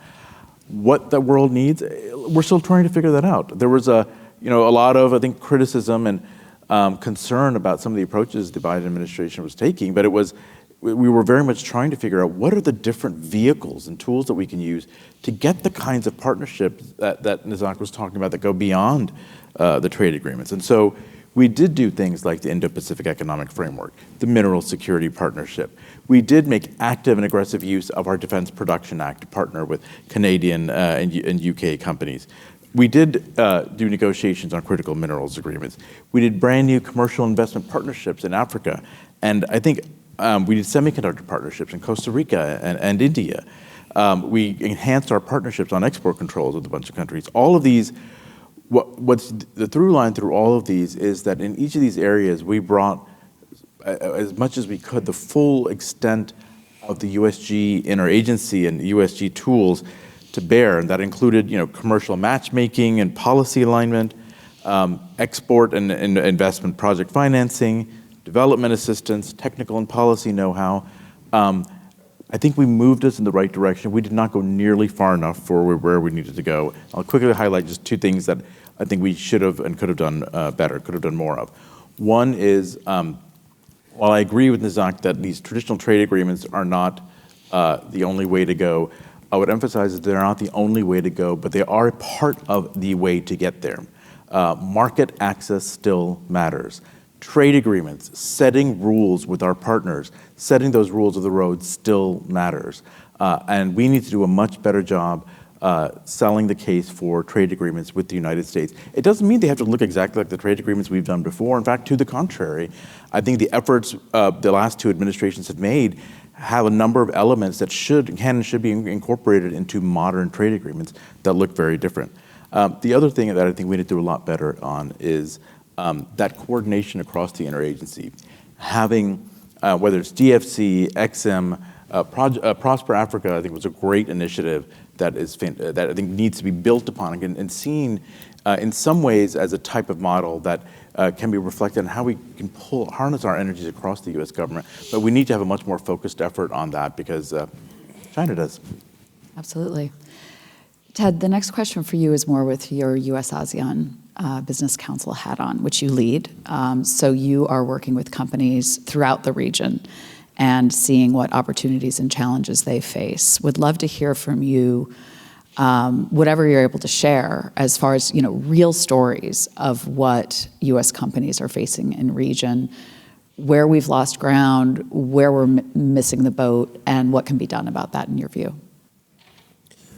While we're not doing as well as we might in infrastructure, I'd say we've ceded some ground in the kind of race to build infrastructure in the part of the world where I focus. But I don't think we've lost ground when it comes to tech or health and life sciences or financial services or even energy. In all of those areas, our companies are showing up in a very robust way. They're engaging, they're making money. Since we work with so many companies that are in those fields, we're seeing their successes as well as their challenges. I think I'm really interested in Arun's outline of kind of what is possible. What we're missing, what I still think we're missing, is a proactive, positive trade agenda. We're pretty clear about what we're against, but we haven't been as clear about what we're for. And Arun acknowledged we haven't gone far enough, but we have found that when we show up, even on infrastructure, we tend to prevail. I think of the Luzon Economic Corridor that Secretary Raimondo championed, and she worked with military colleagues to make sure that happened. It was kind of bringing all the tools in the toolbox to bear on a challenge that for us is, well, for the Filipinos is economic, but for us is both security and economic. I want to come back to this infrastructure concern, because infrastructure isn't just ports and bridges, it's also things like undersea cables. And when we look at the kind of bifurcation that's happening in tech and the race, Nazak put it very clearly about what the Chinese are doing, and we need to be able to use all the tools we can to make sure that in this most dynamic part of the economy, that we are supporting our companies, that we're finding ways to make sure that they aren't outmaneuvered by the Chinese or invested by the Chinese. Our companies have what it takes to win, and we have to make sure that they do. The undersea cables matter because when our competitors are able to dominate the infrastructure, whether it's telecoms or undersea cables or supply chains, when you're talking about chip production that I think the CHIPS Act worked so hard to address. then we're not doing enough. If we're not making sure that our very innovative companies can't be part of the wave that's occurring in the fastest growing parts of the world. And we look at what happened a few years ago when we worked hard to kind of hedge in Huawei. That's a very dynamic company still. We need all of the tools. To make sure that we aren't edged out in this race for dominance in the tech field. Oh, thank you, Ted. So, Brian, you mentioned Secretary Rubio's trip to Central America and the Caribbean. It's kind of cool to have a Latin Americanist as Secretary of State and to have that focus. Migration was obviously top of the agenda, but China was right there next to it, and in particular, ports. And Nazak mentioned, if you're doing work with an SOE, you're doing work with the CCP. Some of these ports in Latin America are state-owned entities, some are private companies.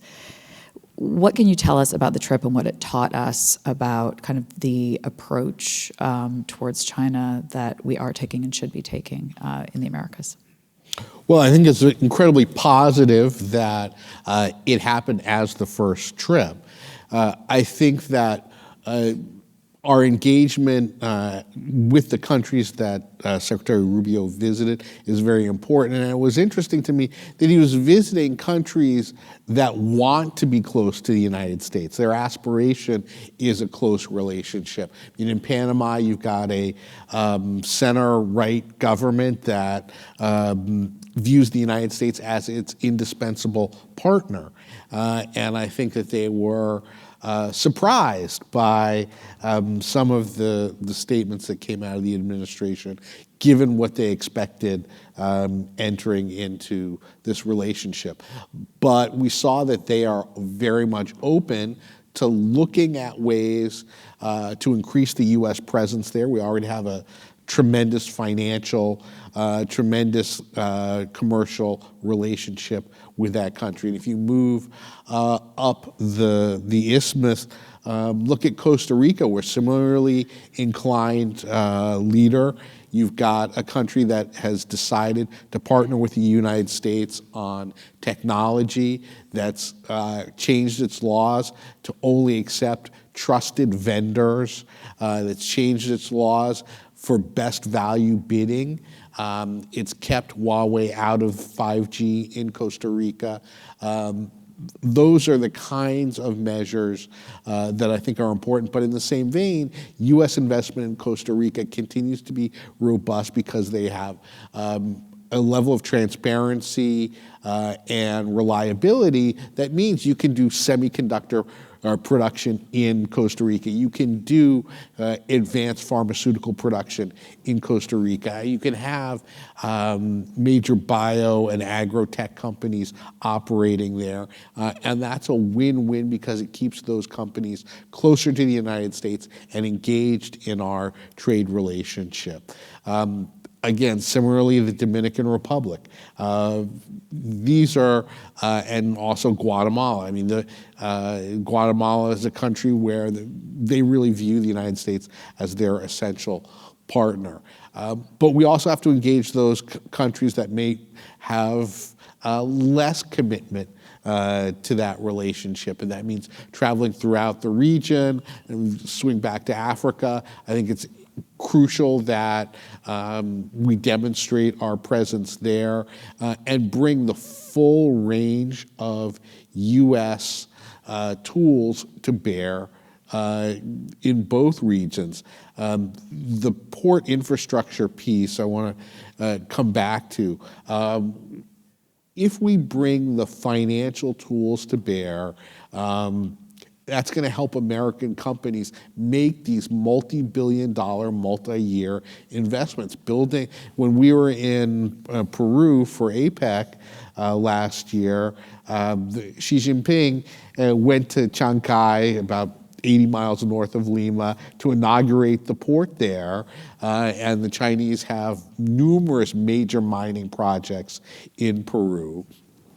We also did some things there that, new rail cars for Lima, the sounding rockets from NASA. There were things that we did, but in terms of scale there, we weren't delivering a multi-billion-dollar project. And so making sure that Development Finance Corporation, XM, the USAID are available to bring together a cohesive package around financing and risk, and then our commercial officers are able to lay that out both for host governments and for companies. That's what can be transformative in this relationship. The Mineral Security Partnership's been mentioned a couple of times. I think that is a really important for our regional security in the global South, whether it's Latin America, whether it is in Africa.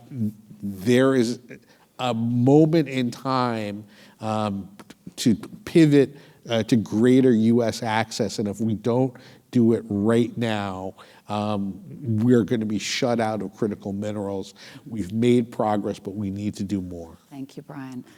I'm going to get yelled at by Ken Nazak, but I'm going to give you 4 minutes, if I may. I know you've done some really thoughtful work and thinking around BRI and how countries that are interested in distancing themselves, and I know at least working on Latin America, the bloom is off the rose in some cases with respect to Chinese involvement. The bill's coming due on BRI, promised investments aren't actually coming to fruition, et cetera. Share with us, if you will, some of your thinking on this. Yeah, I mean, I think the one important thing to stress is that it's, any country who's entangled with China who wants to get out is going to face the wrath of China's retaliation, right? I mean, China's already banned some critical minerals to us and is threatening to ban more, right? We have so many supply chain vulnerabilities in China that, literally, we're not going to be able to build weapons or really advance things without those supply chains. So we're vulnerable. If we're vulnerable, those other countries are vulnerable, right? So I wanted to just make sure, as Brian and Arun stated, we have capabilities. We really just need to double down on capabilities so that when our trading partners are fearing retaliation by China, we can step in and say, no, but we can produce these things. You don't have to fear retaliation because you have an alternative. But with respect to BRI, I mean, I think it's so difficult for the United States to only feel like we can help countries who want to get out of BRI by just transferring money that they owe to China with that money going back to China, right? That's not a great solution. But we had a country, my colleague, we had a country come to us and say, and I say this because I want everybody to understand we have options. We had a country come to us and say, hey, I want to get out of BRI. What are my options? We pulled the BRI contract, which is available online, and it basically says China builds an infrastructure project. If you can't pay the exorbitant fees by the time China wants it, they can take any asset in your country. Any asset in your country. And if you don't like it, you get to try this in Chinese courts under Chinese law. So we said, well, this is interesting. Here's your way out. We're going to write an op-ed on this because we wanted to really spread the word. But we said, look, you institute immediate national security laws that prevent the China. So first you reduce the value of the investment, whatever you owe China. Let's say it's like $1 billion by all the environmental harm and all the other harms. Then you quickly institute national security laws and say you can't take any asset in my country like CFIUS, but you can have that, little $50,000 plot of land on the beach where you can build a sandcastle, but that's all you can have, right? It's legally viable. And then the Chinese are going to say, well, I don't like this. I'm going to try you in Chinese courts under Chinese law. No, you can't. Fraudulent inducement, the contract is null and void. If you want to try us, let's go to the International Arbitration Tribunals, which is the one international institution that has not been co-opted by the Chinese. Guys, for $3 million, approximating the cost of arbitration, every single country can get out of BRI, right? And I say this because we have creative solutions to help countries. And now, instead of the U.S. government spending billions and billions and billions of dollars $3 million per country, easy peasy. We help them get out. We validate these international arbitration tribunals who haven't been co-opted by the Chinese and really foster greater relationships and help them. Zach, thank you for that. We'll be looking for your op-ed. Share it with us. I just want to really thank our panelists. Ken, thanks to you. I do want to, just as we close, say we avoided talking about development policy and tariffs in this panel because we wanted to give a real snapshot of where we're at and things that we proactively and productively could do with respect to China and the U.S.'s role in the global south. But I did want to at least just close saying it's not that we're ignoring it. They're both very important, but really want to thank our panelists for your creative and thoughtful ideas today. Thank you. Thank you, Kelly. Thank you. Thank you very much, Kelly, Brian, Ted, Nazak. Really grateful to you. This is super thought-provoking. Big shout out to Kelly, who reached out to me to talk about how she could pull together this panel. So I want to encourage all of you, when you have ideas, bring them to us. They sometimes make it to webinars, and sometimes they can even make it on the big stage. So thank you very much for your help in pulling this together. Thank you for joining us. For all of you, we have a 20-minute window to get your lunch, bring it back to your seats, and then we're going to try to get restarted with Senator Tim Scott as soon as he arrives. So please head on out. I know you want to socialize, but try to do that while you're waiting in line, not just before you get in line. Thank you.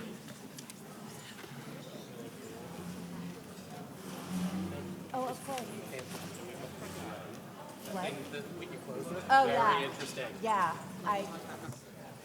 Good afternoon, and welcome to our restart of our program. It's been a packed couple of days, online and in person, and we're thrilled and honored to have Senator Tim Scott with us. To introduce the senator in this session, I'd like to welcome to the stage Maria Ziba, Vice President of Government Affairs for the National Pork Producers Council, one of our conference sponsors, and a WIDA board member. Maria?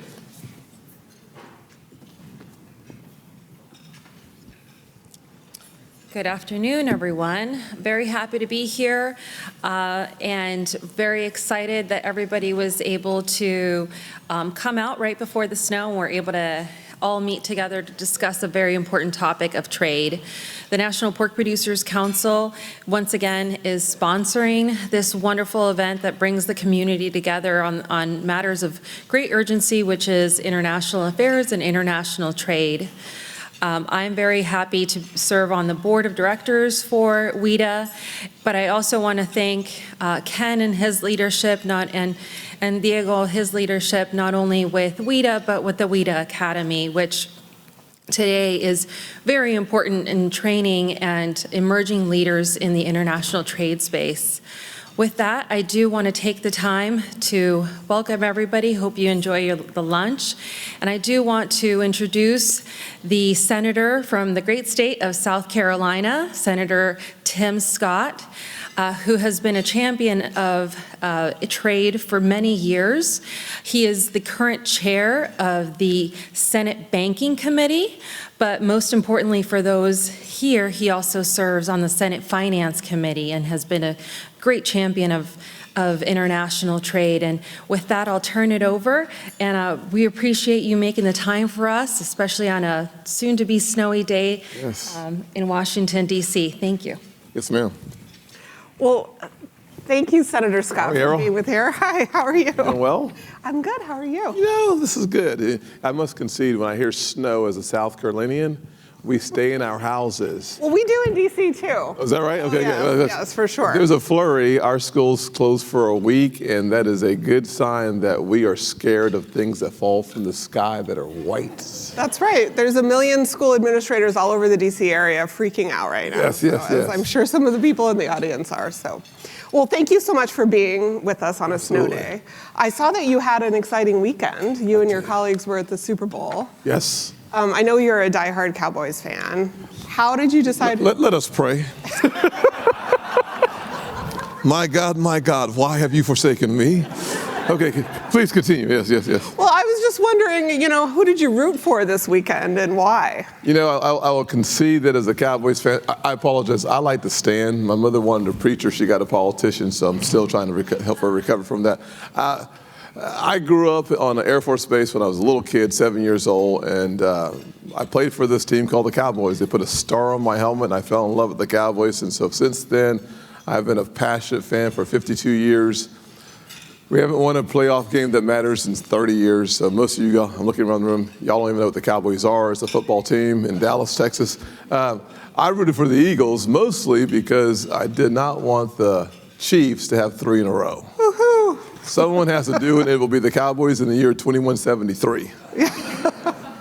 Well, I already told you I'm a Broncos fan. Yes. I feel the same way. Well, so we suffering can through it pray all. for them too.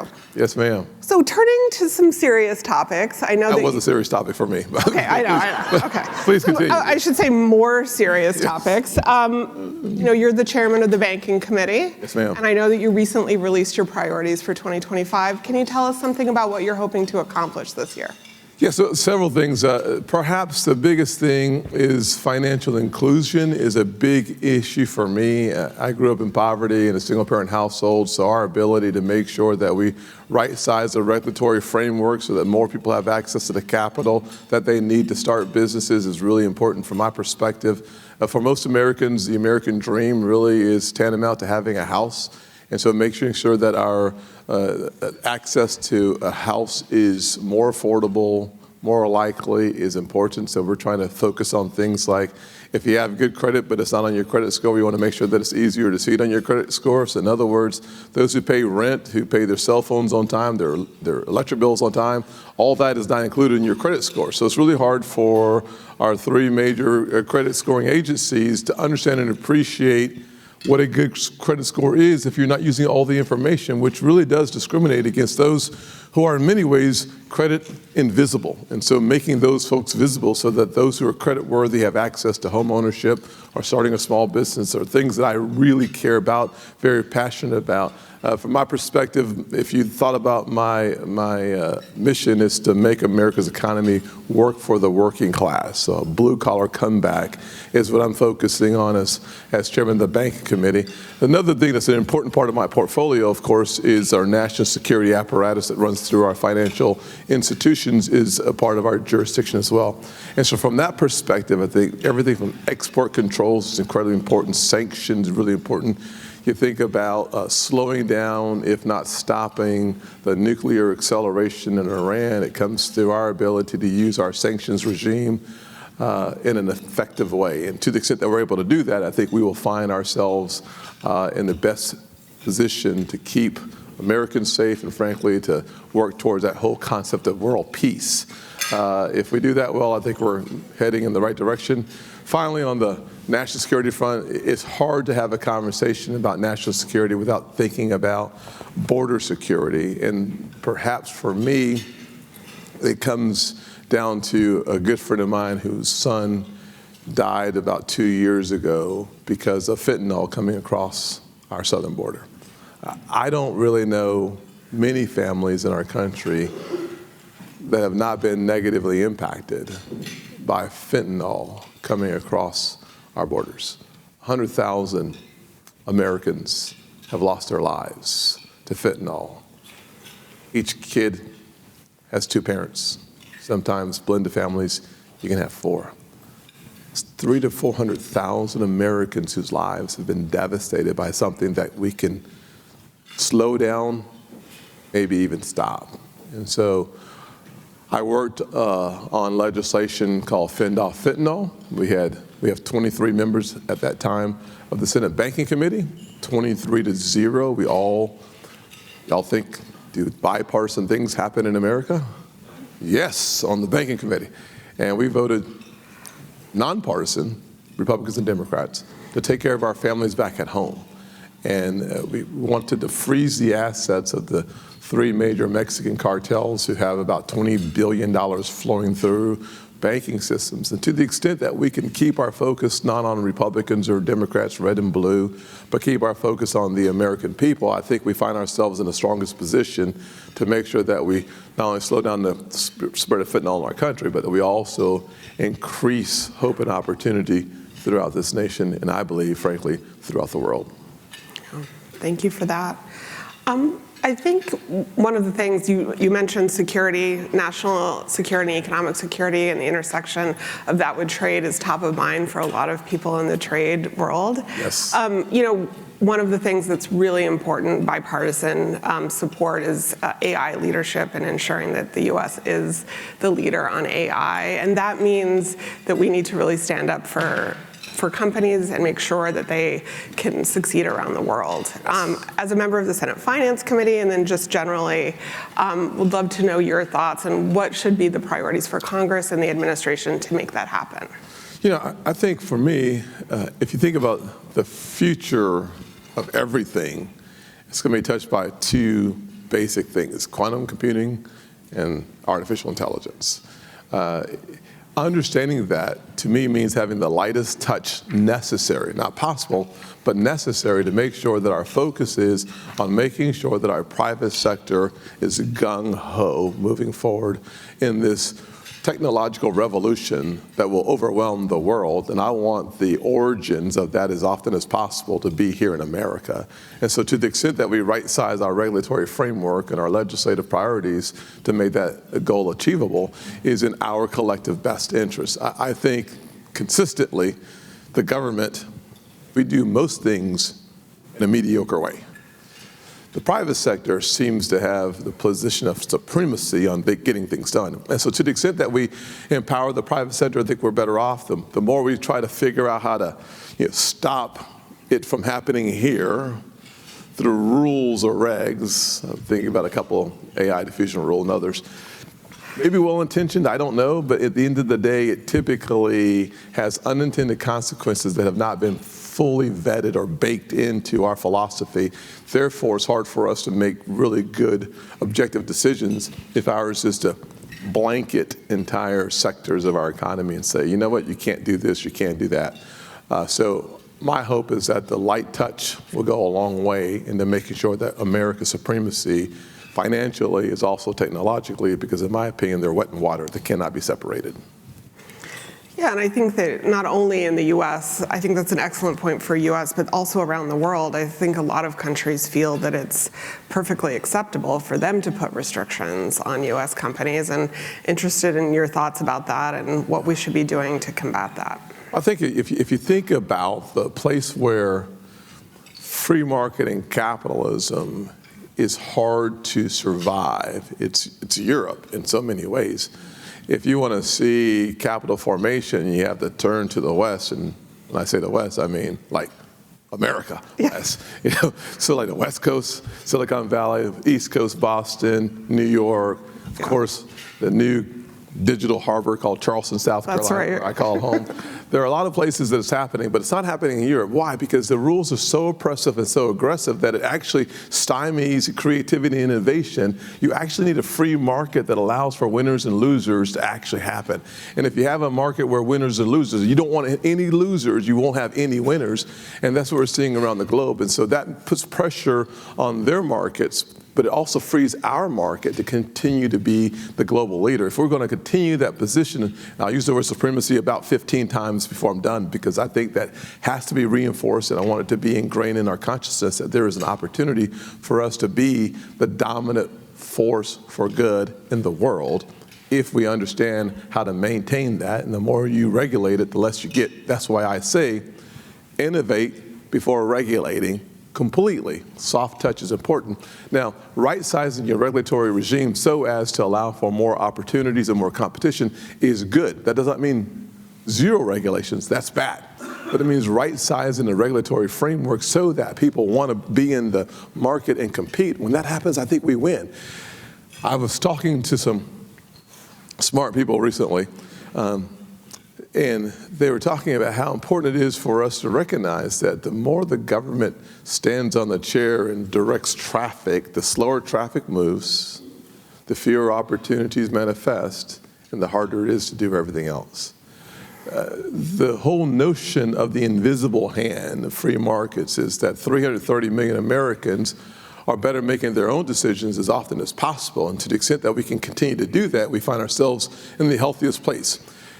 Said differently, risk takers, in the end, win.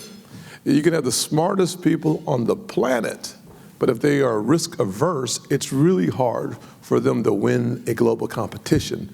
Therefore, let's make sure that we are smart, driven, disciplined, capable, but when it comes to risk, lean into it, and you're going to have more losses. I've told all my friends, I have lost more than most people that I know, but I have ended up at the top most of the competitions I've been a part of because I'm willing to trust the Hail Mary will be caught by some crazy receiver running around, scrambling and hoping and praying that the ball hits his hands.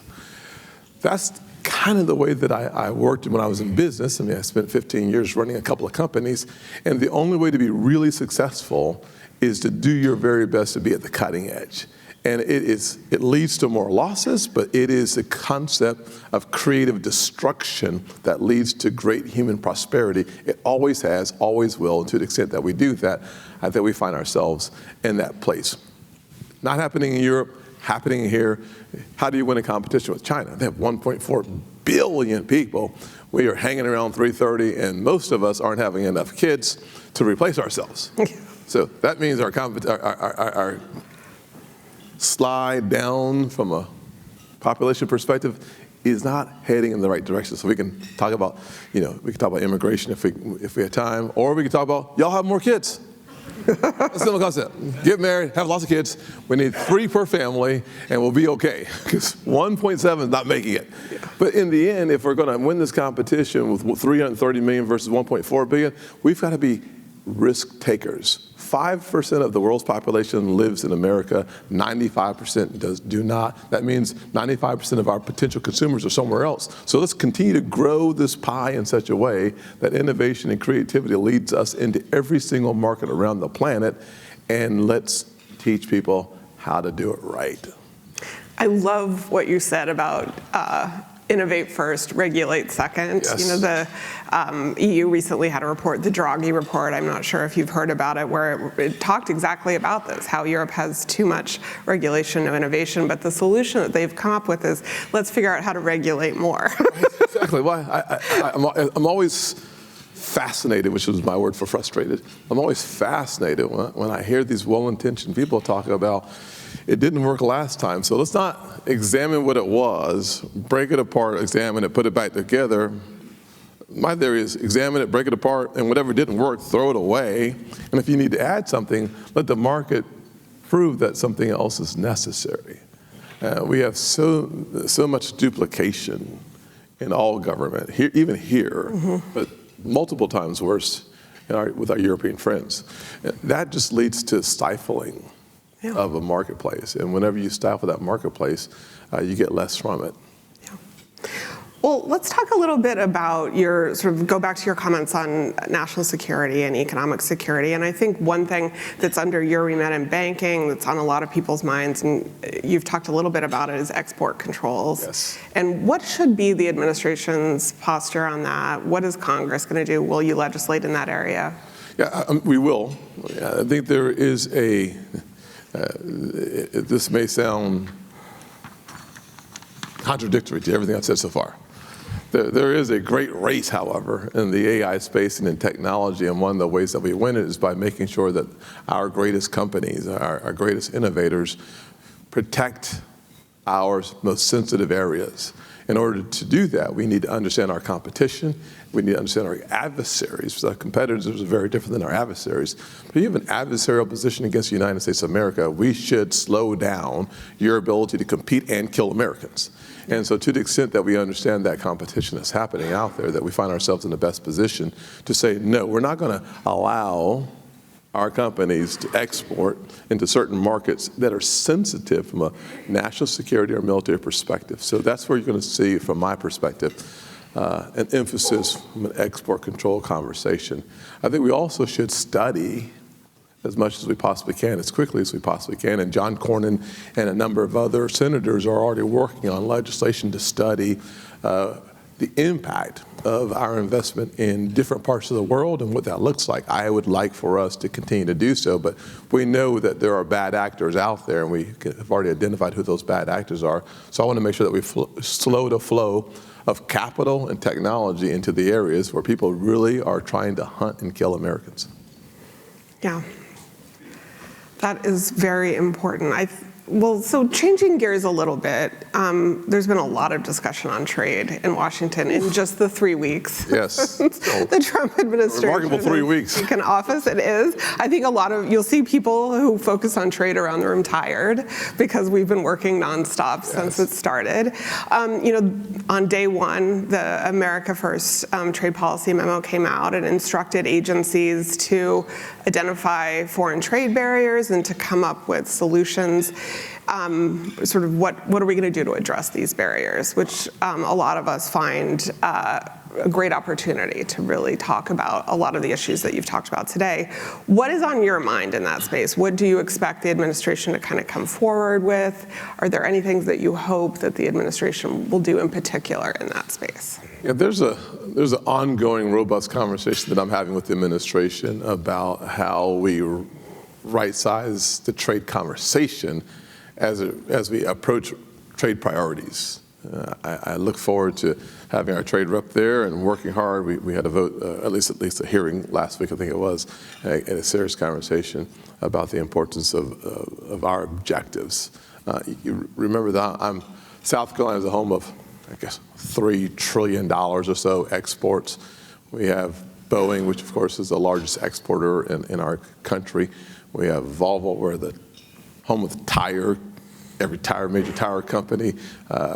BMW, the #1 BMW plant in the world is in South Carolina. And so we take this issue seriously. One of the things I hope that we see from the administration is this conversation evolving around reciprocal trade. That they want, and when I say reciprocal trade, I should say reciprocal access to markets.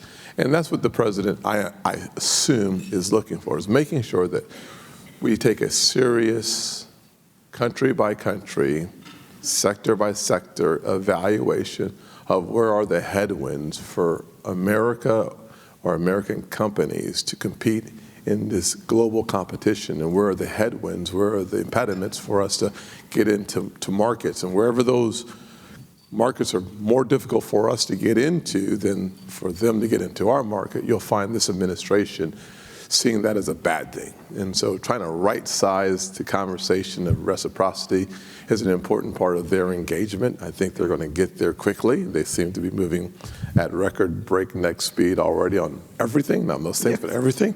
And so figuring out where they're going to end, ain't got a clue, but I know the direction we're going. Yeah. I think we all hope that we'll have that kind of opportunity through this, and thank you for that. I'll just close with a more personal question. When you're back in South Carolina and you're talking about your responsibilities on banking and finance, how do your constituents think about these issues? How do they think about international trade? In my career, there's been so much discussion about how do we explain the benefits of trade to people outside of Washington and to make that clear. So I'd really love to hear anything you can share about that. I think the average South Carolinian thinks very little about international trade, to be honest with you. Just to be blunt. Anybody disagree with me? Where you live, do you have robust, invigorating conversations about trade? Well, I do, but...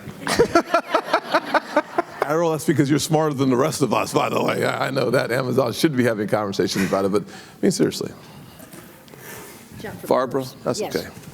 Do you sit at the kitchen table and talk to your neighbors about FDI, foreign direct investment, and the power of I do not, quantum but computing? I've been talking about trade all my life. See, and you still don't do it. That proves my point. But anyways. I live alone. Yes, I yes. don't have any close neighbors. Well, that's very good. That's very good. You are the average American. See, that's exactly right. So, but here's what they do say, however, is when they're having a conversation about the car they're going to buy, they're having conversations sometimes about Chevys or Ford F-150s. If you were my grandfather when he was still alive, his definition of a truck was a Ford, or Ford. I'm a Toyota man. And so without even us knowing it, we're having a conversation about trade. Yeah. Just is. When you think about the conversation we have about brands that we are familiar with, many of those brands are not American brands. We're already having a conversation about trade. The question is, how do you then formulate that conversation into a structure that allows you to understand the impediments, the benefits, and the global impact of a simple conversation about something as simple as cars? Well, you don't do that at the kitchen table, but you do recognize as a lawmaker that while we don't have a serious conversation about trade, when you go on Amazon and you order something, as I do, you find... Thank you for that, by the way. Yes, you're welcome. It's a powerful tool. I used to say, I'm going to the mall. Now I'm like, I'm going to Amazon. So we're going to have this brick and mortar conversation. Yeah, we can talk about forever, that right? later. But at the end of the day, right? At the end of the day, though, we're all having this conversation about access to what you want. And part of the conversation I have as a lawmaker is that there are certain key components that for some things that you want to buy, you can't get in America. So part of that conversation is about getting the necessary components to make something that you want to buy here, but you can't get it unless there is carve out, a cut out, or exception to something that we're trying to do from a global perspective that has an immediate impact on the availability of something. And so for South Carolinians, that is not the conversation. Unless you're a company that needs those rare materials that you can't find here. I just had this conversation with someone who produces the most fire-resistant fabric in the world, but there's a small ingredient that her company needs that comes from outside of our border. Yeah. And so while the firefighter doesn't know that conversation's happening, but everybody wants those firefighters coming home. Yeah. And we lost 9 firefighters to a major furniture store fire a few years ago, more than 10. So in odd ways, the trade conversation is always important, even if you don't hear the word trade. Yeah. And so my hope is that my responsibility doesn't end because I didn't hear the words I was looking for, but that I'm always alert and on the lookout for a way to improve the American experience here at home, which oftentimes requires me to embrace the global conversation about getting it here and or taking it there. Yeah. Well, thank you so much, Senator. Yes, ma'am. It was great to be with you and to hear your thoughts. Thank you. Go Broncos. Go Cowboys. Thank you.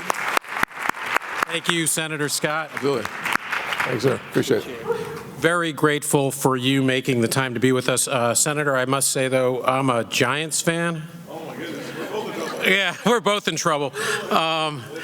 But I will say, when you picked this room, you picked a room full of trade wonks. So I think these are the folks who are talking about trade around the dinner table. We are very grateful to all of you for sticking around. We're not going to really take a break. We're going to just getting our next speakers mic'd up, and we're going to roll right into our next conversation. So we don't have a formal break right now. Very grateful to the Senator for joining us in a very tight schedule he's gotten. And I'd like to welcome to the stage Nicole Bivens-Collinson and Sean Spicer. Come on up. I'm not sure. There's Nicole. All right, check it. Just getting ready. Sean, real pleasure to have you back at WIDA, Sean. It's been a little while. Those of you may not know that Sean was the spokesperson for the Office of the U.S. Trade Representative. Why don't you, Sean on this side and Nicole over there. How are you, my friend? Good to see you. Sean was part of our community before he moved on to some other notable positions. He's currently the host of the Sean Spicer Show on YouTube, and of course is the former press secretary and communications director, the first press secretary and communications director for President Donald Trump. But before that, and before when he was with the DNC, he was with USTR, and that's when he got to know many of us. I can't think of a better person to talk about trade trade and politics in 2025 than Sean. And he's joined today by current WIDA board member and member of our executive committee, Nicole Bivens-Collinson, the managing principal and operating committee at the International Trade Practice at Sandler, Travis, and Rosenberg. Thank you, Nicole. We're going to try to get everybody out of here a little before the weather hits. So really appreciate your making it here a little early, Sean. And Nicole, thank you for joining us. Great, thank you. So one of the things you heard is the perfect lead-in from Senator Scott, right? Talking about communicating and trade. So that's exactly what we want to talk about today. And as you heard, Sean has had some experience in communicating about different issues and communicating with the current president. So I think one of the things that a lot of, Senator Scott said they don't sit around the dinner, you may have missed this, but he said they don't sit around the dinner table in South Carolina and talk about international trade and all of these types of issues. That's not their, what do you call it? The tabletop discussions? What's the buzzword? Kitchen table. Kitchen table, thank you. Kitchen table discussions. It is at my house, but we're all weird. But given that and knowing that, how would you advise companies or groups or think tanks or associations like WIDA in the best way to try to talk about trade or communicate the implications of the actions that the president may be taking to a wider community of those people who don't talk about this, who just, all they know is my eggs are $8 a dozen? Right. Well, first, thanks to Ken and WIDA for having me back. It's been a few years. I remarked to Nicole that the last time I was in this room, it was a restaurant. So if you don't know that, then I just dated myself. When it comes to President Trump, there are two issues that if you go back and look at him through the decades, immigration and trade are two things that he's talked about for decades. But he also is a builder and a restaurateur and a club owner, so he understands visas and immigration and the need as part of the job market. What I think really gets to him is at the essence of the America First agenda. Why don't we have market access in places where they're getting access to our market, right? And that always hasn't been the fundamental driving principle of U.S. trade. To some degree, sometimes we want countries we use that as a tool to help grow their economy. And I think fundamentally he believes that in many cases we're being ripped off or we've been taken advantage of for too long in a lot of sectors. And so to answer your question, I think part of it is to come at him as some have in the past by saying, oh, you're wrong. It's like you've just shut the argument out. And for those of us who are married or in relationships, I mean, it's like literally having that fight and saying, well, here's where you're wrong. The argument stops then and no one's listening to each other anymore. I think with President Trump, part of it, and Senator Scott was mentioning this to some degree at the end, is articulating the impact that you have. So for example, there's a lot of pieces or components that we import to make something here in this country, right? And so if that piece costs more that we can't build, and that's the other thing, each company or each product is unique. So if you're competing with a U.S. manufacturer, you're probably going to lose the argument. If you are a key component in something that is largely built in the United States, I think that's when you try to argue that, hey, look, I get your point. We don't have this rare earth mineral. We don't have X. And so therefore, it's just going to cost us more. And that will happen because we will never bring back jobs to the United States. But I would drive all messages to U.S. investment and to U.S. jobs. So if what you're doing leads to greater U.S. jobs, spell that out. If it somehow is part of a larger investment strategy. But that's where the argument, and find maybe the give, which is he wants to get something out of a negotiation at all times. So what is it that maybe the sector can give, or that, if there's a non-tariff barrier, what concession could there be? But going into it and trying to argue, like I said, which a lot of people have, you're wrong on this, is just a futile tactic. Do you think that the communication is a two-way street? Yeah, I think if you look at what happened with Australia yesterday, how you interpret that two-way street is very different. Like the prime minister came out and said, I had a great discussion and I think I got a carve out on steel and aluminum. Then 20 minutes later, Trump announces steel and aluminum tariffs with no exceptions. I think developing a relationship with him and his team is important. Again, I've watched too many times the tactic of trying to think that you're going to go in there and be the smartest person in the room and explain to him why he's wrong. It's just it's a losing tactic. But it is a two-way conversation that if he maybe didn't fully appreciate the fact that, hey, look, this is why we do what we do on this particular sector or this product, and that it's not as bad, or what we get in return for this is X, and this feeds this much U.S. investment or job creation. But bring it all back to this country. Why is it beneficial to the United States? Because in many cases, as you guys know, I mean, trade's a complicated subject. And I remember when I was at USTR, we had filed the first IP case in the WTO against China. And a bunch of people cheered us, and then the Chinese didn't show a US movie in China for 6 months. And the industry was like, thanks. So sometimes the easiest thing, which is, oh, you should just go fight this case, on its face seems really easy, except when you realize that there are additional consequences or negative ramifications that can occur. So kind of walking through the scenario sometimes is helpful. Who do you think has the president's ear the most on trade issues? Is it Peter Navarro? Is it Howard Lutnick? Is it Bessent? Who do you think? Yeah, it's like a 5. Is Bob still back there whispering? Well, Greer's moving forward today, I think. We'll see. I think, with all due respect to him, I think he doesn't enjoy the same personal relationship that Lutnick in particular does, Stephen or Peter. But I would say that if I had to put everybody who has a serious voice in there, obviously Susie Wiles is the chief of staff. That goes without saying. But when it comes to people who he's going to turn to on the issue, Peter Navarro obviously is huge. Stephen Miller, huge. Kevin Hassett, well-respected voice in the administration. And then obviously I think Lutnick, who will come into the fold more, because once he fully takes over at Commerce, President's got a relationship with Howard, and I think that means a ton to him. And obviously he respects Scott Bessent a lot, but I don't think they're that close yet, and it'll probably get closer. But if I look back to 2016, I mean, yes, he knew Wilbur, but it wasn't like Wilbur was out there banging the drum for tariffs. I could say something else, but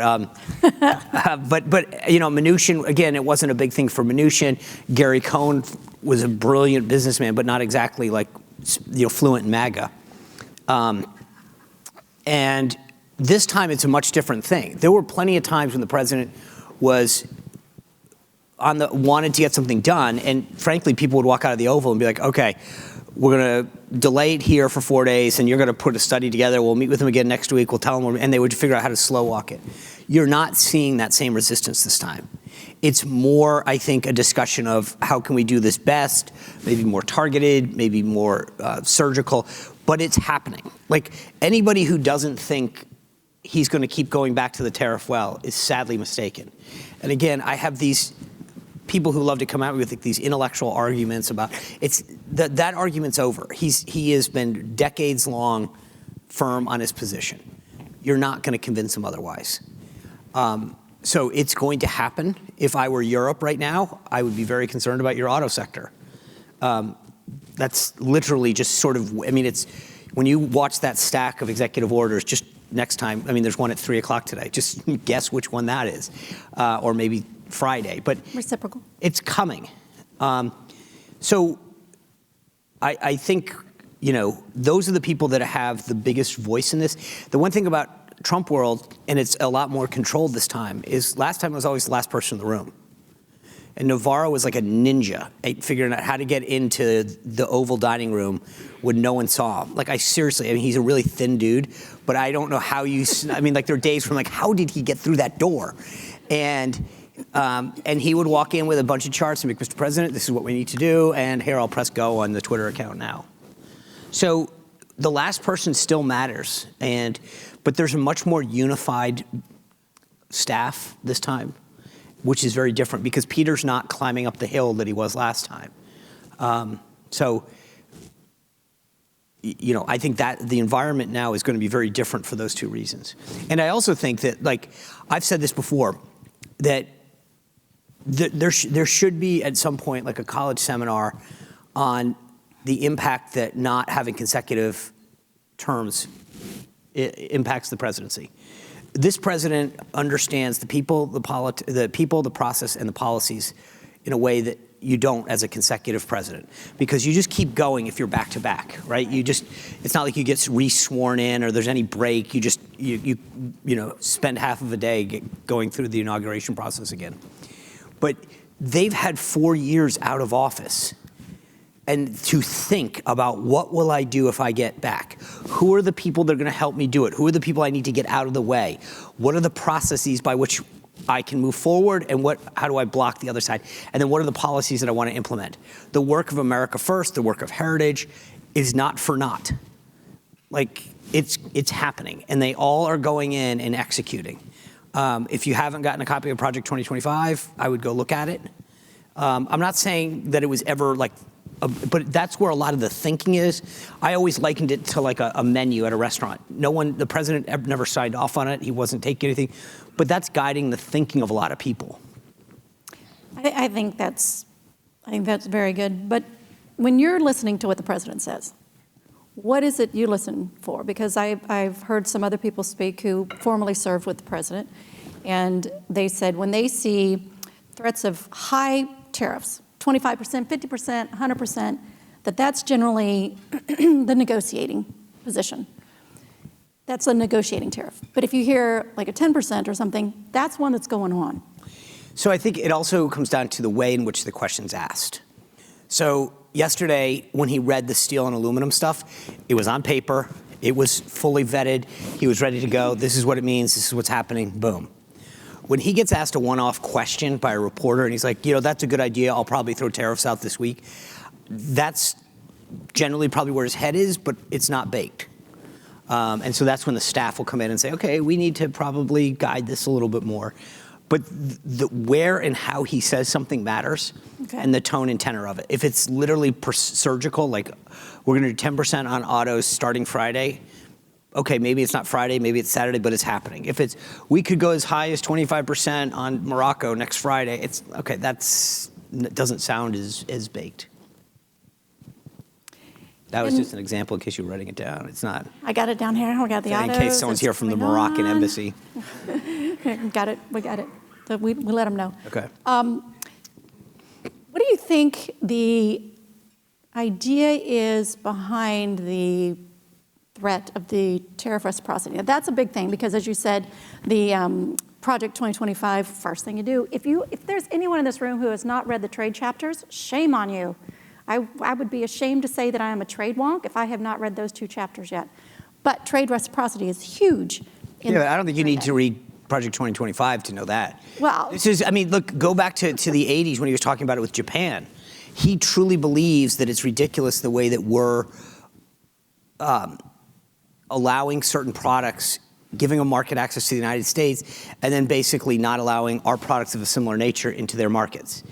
And it's been consistent for decades. So that is something that he has said over and over again. He believes in his heart. He says it privately and publicly. There's no question in my mind. So I've gotten asked by some clients, I've been asked by, on some TV programs, like, what about this country? And my answer is go through your trade schedule. If you guys are screwing us on something, I don't know every product that you're sending to the United States, but it could be actual tariffs. It could be a non-tariff barrier, like an emissions issue or something like that. We're going to fight you on. Then just, you might buy some time, but that's it. He believes strongly in this. It's very interesting you say that because one of the first things that I did do when he was elected the first time was I went and checked out The Art of the Deal and read that book. And I started taking pictures of some of the pages in there because he was talking about Japan. He was talking about this thing. I'm like, this dude has been talking about this forever. So He is consistent, if nothing else, which is useful. But in the idea of reciprocity, we know, because we're wonks, that every single HTS number, every single product has a different tariff rate. And every country has a different HTS schedule. And that they're only unified out to 6 digits, and yet we do 10 digits. And so the idea of an actual product by product reciprocal tariff would mean that if I'm classifying, my shoes, I'm going to have to know what the tariff rate is for 192 countries. Because when it comes in, but So that's where the staff comes in, right? automatically, though. But part of this is, and this is where like a guy like Kevin Hassett, who's just a brilliant economist, says, okay, because what I said about 2016, you have to understand that like he would say, I want to do X, and then people would walk out of the Oval and say, okay, how do we slow this down? How do we stop it? The opposite is happening now, which is how do we come back to him and say, hey, we're doing it. And here's how, the details are not, you think he's looking at that number and going, hey, that's actually, you skipped a digit there. What about corn no, they're going to walk back in and say, Mr. President, we're delivering what you asked us to. Here's the paperwork to back it up. And he'll go. I mean, I don't know that any president would get that, unless like Bob Lighthizer got elected. But like outside of that, like no one's going to have that level of detail. So they're going to come back in, tell them it happened. And I'm not in like a nefarious way, not trying to, but they're going to go back, sit down.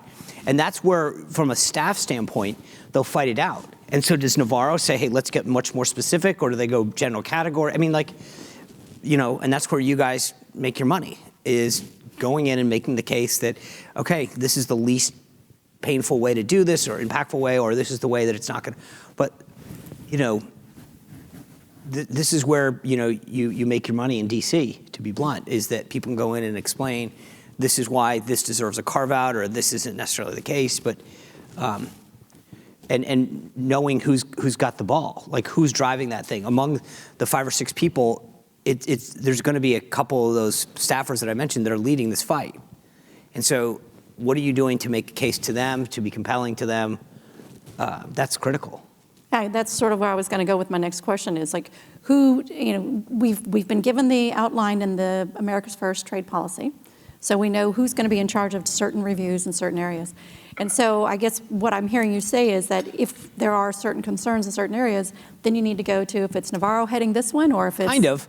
The problem is that President Trump doesn't care what your title is. I mean, there's a funny kind of story depending on... I mean, there were days when I'd walk in the Oval and he'd be like, Sean, go do X. And I'd be like, well, that's actually Stephen's job. He's the Treasury Secretary. He'd be like, okay, well then call Stephen, but get it done. He doesn't look at it like, okay, that's your job, you do this. He looks at everyone and empowers them. So if Navarro's the guy in the room, then Peter's going to be the guy that gets tasked with that and follow up if Stephen Miller's in the room. So it's not as precise as to say, well, the Commerce Department does X. So we're going to have to go to Lutnick and his team.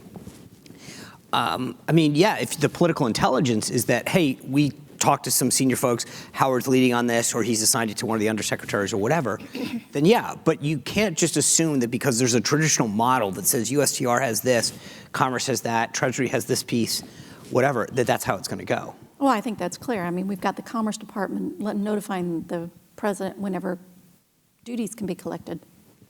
And I've just never seen the Commerce Department collect duties. That's generally CBP. So there's... Well, really last night he announced that Doug Collins was going, the VA secretary is going to lead the Department of OGE, government ethics. Inspectors Office of Government Ethics. So, I mean, he doesn't care. Like, this is not a guy who goes, let me go get the job description and figure it out. He's like, you, go do it.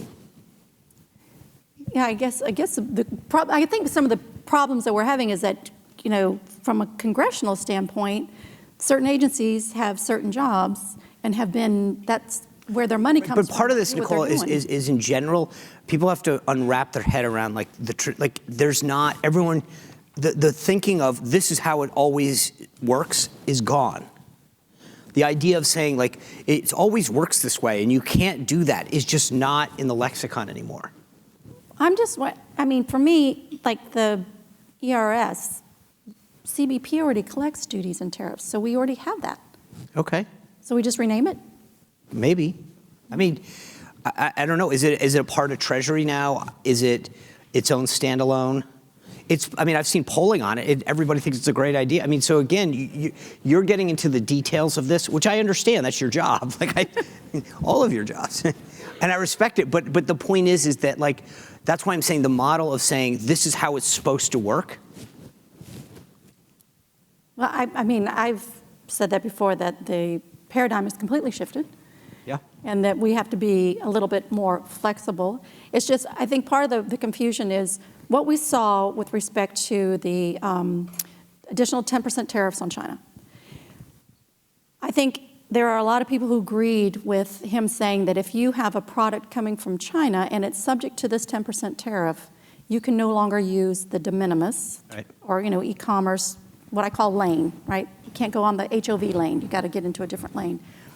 I don't think there's anyone who really disagreed with that very much because of the threat of the packages coming in and drugs and everything, using that as their means to get into the U.S. commerce.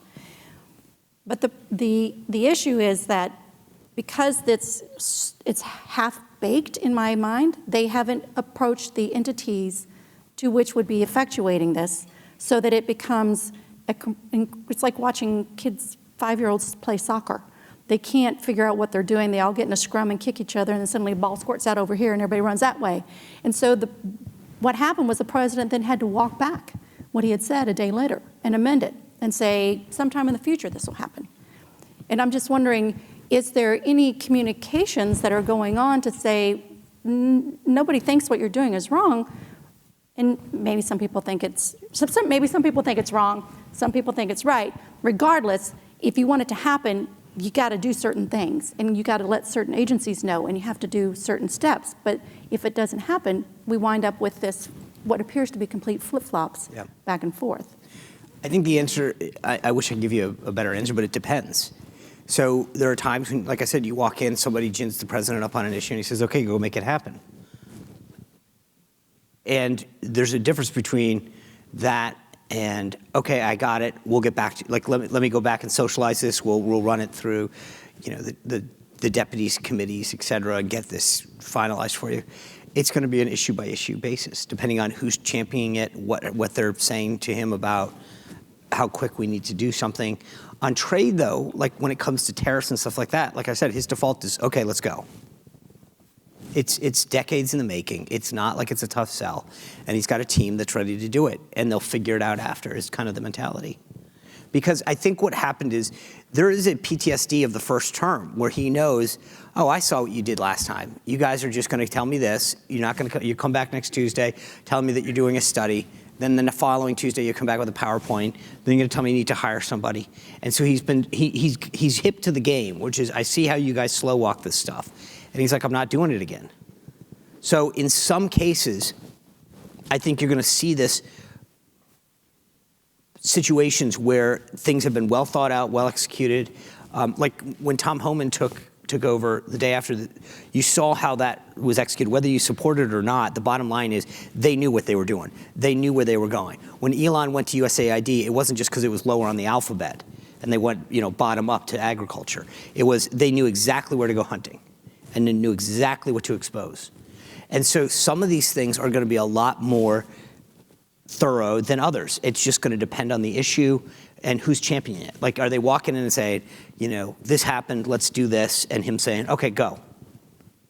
But there's no hidden book that says these are the ones that are ready to go and these aren't. But there are some texts out there, like you said, whether it's Heritage or Project 2025 or Conservative Partner Institute. Like those will give you a sense. If it's in there, then it's like, okay, that's sort of a battle plan ready to go. Yeah, I think the biggest thing is, at first, people were thinking, if we have tariffs, that question is gone. Oh, and the funny part is, I honestly, if someone came to me on November 7th, 8th, or whatever, and said, hey, we're still wondering if there's going to be tariffs, I would have said, you're gone. Like, that just shows a complete misunderstanding of what he said. I mean, there's just some people who still haven't gotten the memo. Yeah, no, I agree. I have people asking, do you think he's going to impose tariffs on the EU? I'm like, absolutely. Oh, it's a matter like of I said, when. It's a matter of when. Pick which EU. I mean, again, look at the stacks on the desk and guess which one it is. But it's happening. And then the next thing is for how long. I think that's one of the things that what I've been watching is in the communications is if there is something that is measurable that can be changed. Then that tariff might be shorter in duration. It also has to do, in my mind, at least if you look at the pattern, who and how. So in the case of Canada, because of the trade agreement, it had to be like you couldn't just go in and do it. You had to use sort of find a creative way. And if you even look at Navarro's comments, he did an event with Politico, and he was like, "This is completely about fentanyl and immigration." Like in the deficit. Everybody got the talking point that like we have to say this to avoid a challenge to emergency powers. So depending on the trading partner is what they're going to say to him, Mr. President, here's the way that we can do this, legally or without the greatest likelihood of challenge. Yeah, I think that was one of the things I noticed as it came out at first, the talking, and the president stuck to the talking points, but then afterwards, it suddenly became about the economy. Because that's where that was not, as far as I'm concerned, that was something that he wanted to say, and they were like, you have to say this. And it was just always going to be in the back of his head. And sometimes you say those things out loud. You do. And so one does. One sometimes does say that. And when one does say that, sometimes that causes problems, because then the question is, what can Canada do or Mexico do in order to address the inequities? Buy more LNG, resolve the milk issue, resolve the softwood lumber. There's a lot of outstanding things that they could do in the trade world. Start. Right? I was just putting together what I thought they could do. But and they are. As far as I know, they are working hard on that to try to get some stuff together. And I think it's a smart move by them to recognize, they can either do it now or after they become a state. It's their call. Come on. Are they the 51st, 2nd, 3rd, or 4th? Because we've got Canada, we've got Panama. Panama won't. No. Just the canal. They don't get to no. Okay, we don't get the whole thing. Okay. Greenland, no. Greenland? It's a territory. Oh, that's just going to be a territory. Like Well, I'm from Rhode Island, and so I'm very sensitive about another state becoming the smallest. So I don't want Greenland as a state. Territory only. Only a territory. Okay, what about Gaza? Are we going to make the Riviera? Same thing, territory. We'll make that a territory. Or just luxury hotel zone. Okay. Yeah, that'll be all right. So we're going to have a few more states. I actually had dinner with some folks from Panama, and they were talking about the most recent visit by Secretary of State Rubio and what that might mean, from this administration looking at our backyard. Are we going to start being a little more territorial? I got to say, though, the one thing is, look, whether it's Gaza or Panama, I think for the first time, having a president that understands our national security interests, what we need to do, the idea that you had China being so interested in what was going on at a port is a national security issue. Greenland, whether or not we take it over or not, or just expand our military footprint there is a national security interest there, regionally. And so some of these things, do make, just for too long we've sat back and said, well, this is how it's always been. We can't really do anything. I was in the Oval with the president when we talked about NAFTA, and I was sort of putting on my USTR hat, and I was like, well, it's in force, sir. You can't do anything. He goes, so what? And I was like, well, legally. He's like, what? So? And you started to think about how outdated a lot of that was, whether it was IP or dairy or autos. The mentality that you just can't do something is too pervasive in this town. And I think sort of being willing to examine things and figure out whether it's waste or a new approach is a breath of fresh air.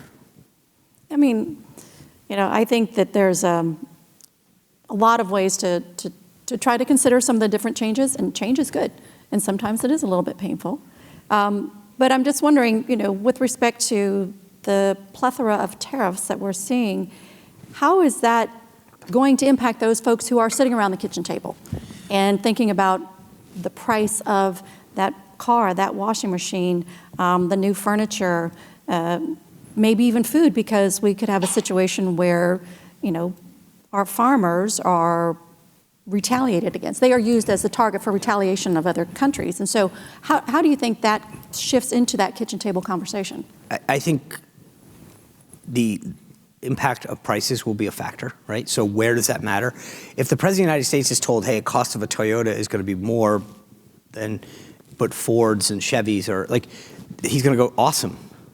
If I can bring back manufacturing and jobs to this country, that's great.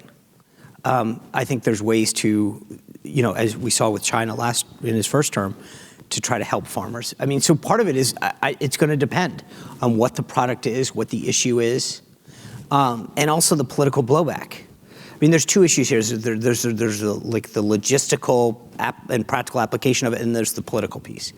And Chuck Schumer sitting around with a Corona talking about how your Coronas are going to cost more wasn't exactly, to me, a showstopper that was saying, oh boy, he's going to be ruined the day he did this. And your avocados. Yeah, I don't like avocado or guac. So, but the idea that you're basically saying that your political pushback is Chuck Schumer screaming at a microphone with a Corona doesn't exactly make him have any pause and say, wow, this is going to be tough to get through.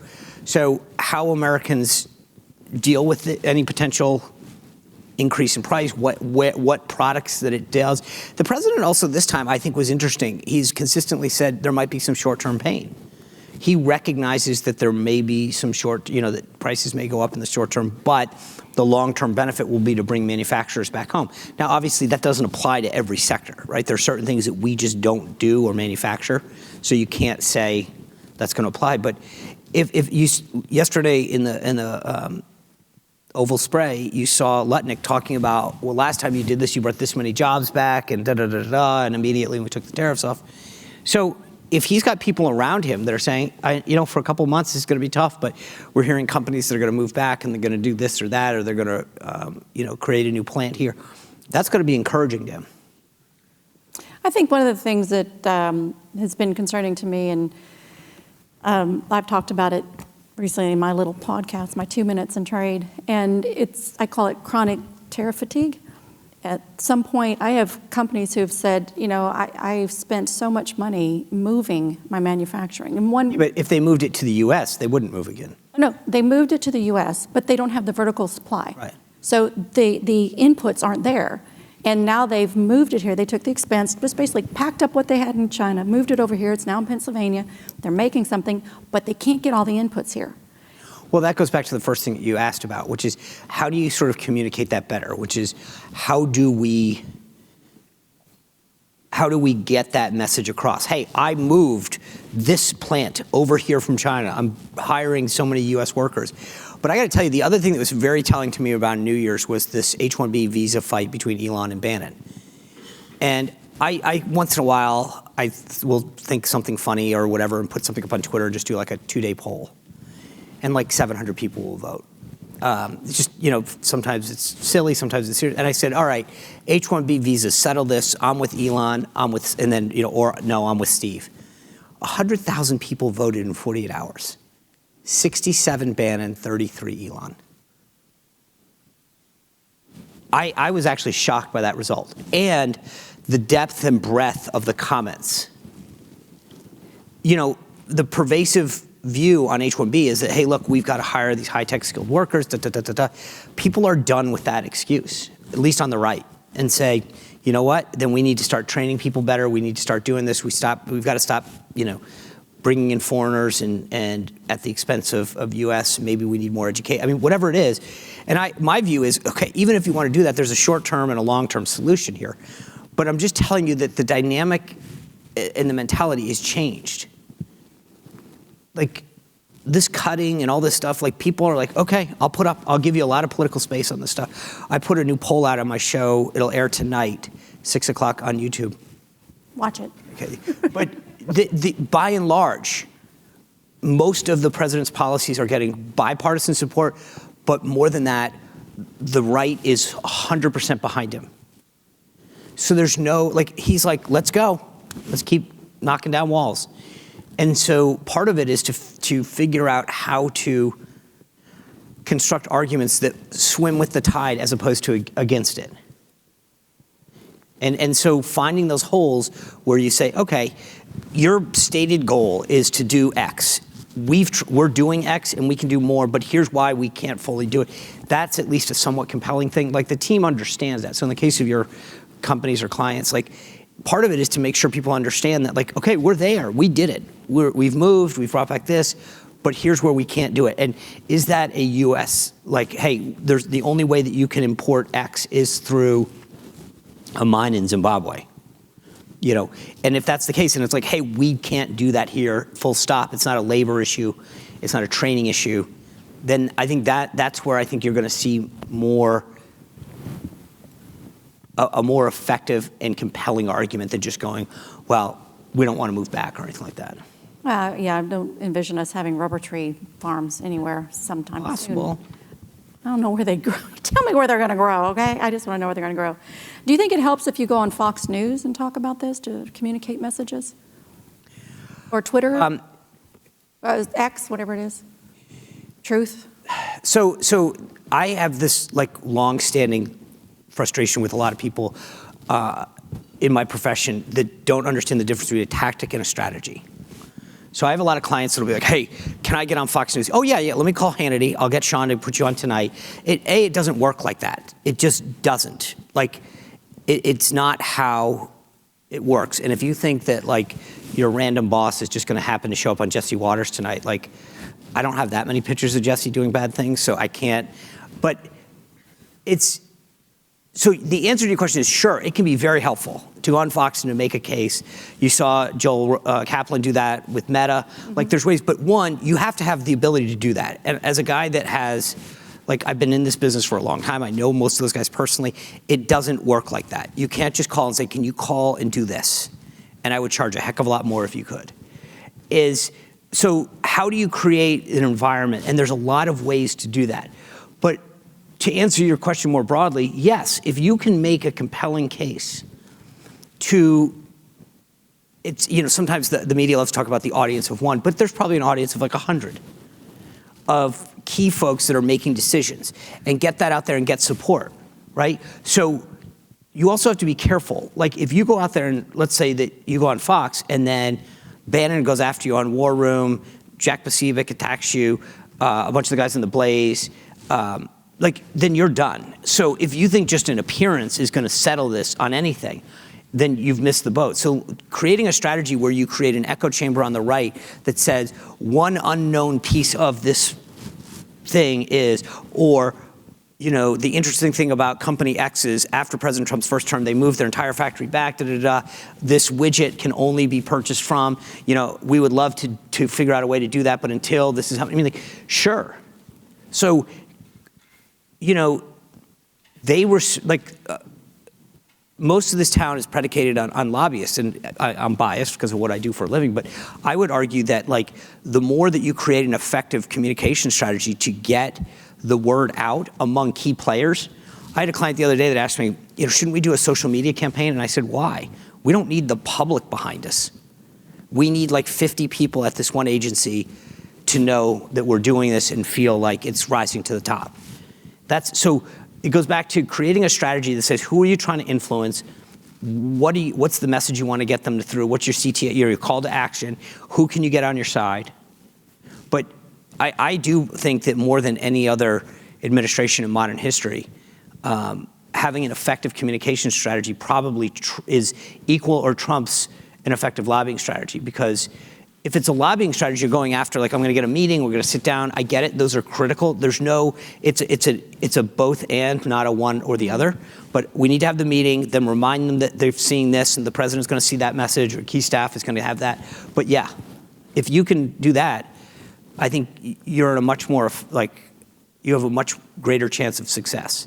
And how would you, for the Washington International Trade Association, what would you recommend as an association with lots of little mouthpieces out here? How would you suggest, or do you have any suggestions for trying to get out some of our messages? Well, I'll keep it very high level. I would say, look, go back to what I said at the front, that how you can talk about U.S. The problem is with trade in general, some of you have a much better story than others. How much, if you're a European car maker trying to talk about how you trade, it may not be good luck, yeah. Send some free cars. But if you're somebody who has an industry that you need 3 products that we don't, you're in a much better place. If you have a national security issue or an energy exemption, those are going to play a lot more than we've got a lot of employees in the U.S. So overall, I would say go back to the key tenets, which is this many jobs rely on this. This is how much investment has happened. But those aren't selling with him. You don't think that Trudeau and the foreign minister are bringing up, bilateral trade with the U.S. and that's like the ag community in particular has been very forceful in this, the Farm Bureau and others making the case for the impact that some of these products have on our agriculture. Like, it's not that those arguments aren't being made. So trying to get back to investment in the U.S., jobs created here, further investment, is what makes, I think, a much more compelling case than just saying, like, we're going to throw out 20 trade stats. Like, this is not the Bush years where we could talk about bilateral trade and that argument doesn't sell with Republicans anymore. Never mind this White House. I mean, the issue has, I think, lost a lot of luster in Congress itself, especially among the Republican Party. Mm. And so to answer your question, I think trying to redefine what impact a lot of this has on the U.S., on sectors, on jobs, but not try to sell it in the same traditional way. It's just not, you've lost the Republican Party. And it was funny, I made a very similar case to folks at the end of the Bush administration when we were pushing the last 3 FTAs through, that it used to just be the default position on an FTA or an issue like that, okay, we're free traders. I think what we've exposed in a lot of ways is saying, you can be, I got asked this on an interview yesterday, didn't you guys used to be for free trade? And I'm like, we're not for stupid trade. Like, at a certain point, Europe's not a third world country.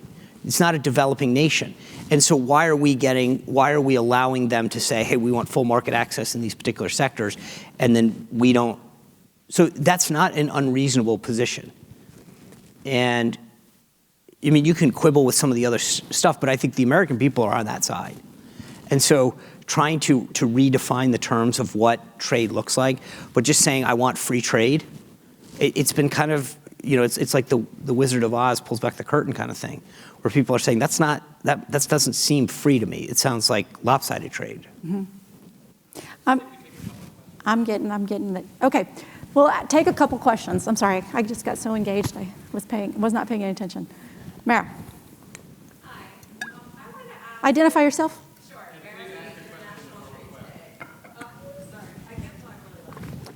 Sorry about that. Marilee, International Trade Today. So there's been reporting that Europe is willing to drop their tariff on cars to 2.5%. I know that there's also talk about the VAT and that allegedly being a tariff barrier, of course, that doesn't consider our sales taxes, which do the same thing. But at any rate, if Europe does drop its tariff to 2.5%, how does that change the stance on reciprocal trade in that product, do you think? So I don't speak for the president anymore. You can see by the color of my face.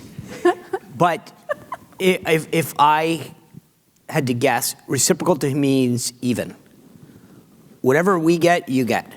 Now, on the VAT, it depends on the case that's being made. Where does that, so the question is, does a Kevin Hassett, for example, say, hey, their VAT has this much impact on a vehicle sale, our sales tax, maybe on average, if you look at the different states, is this, it's a wash.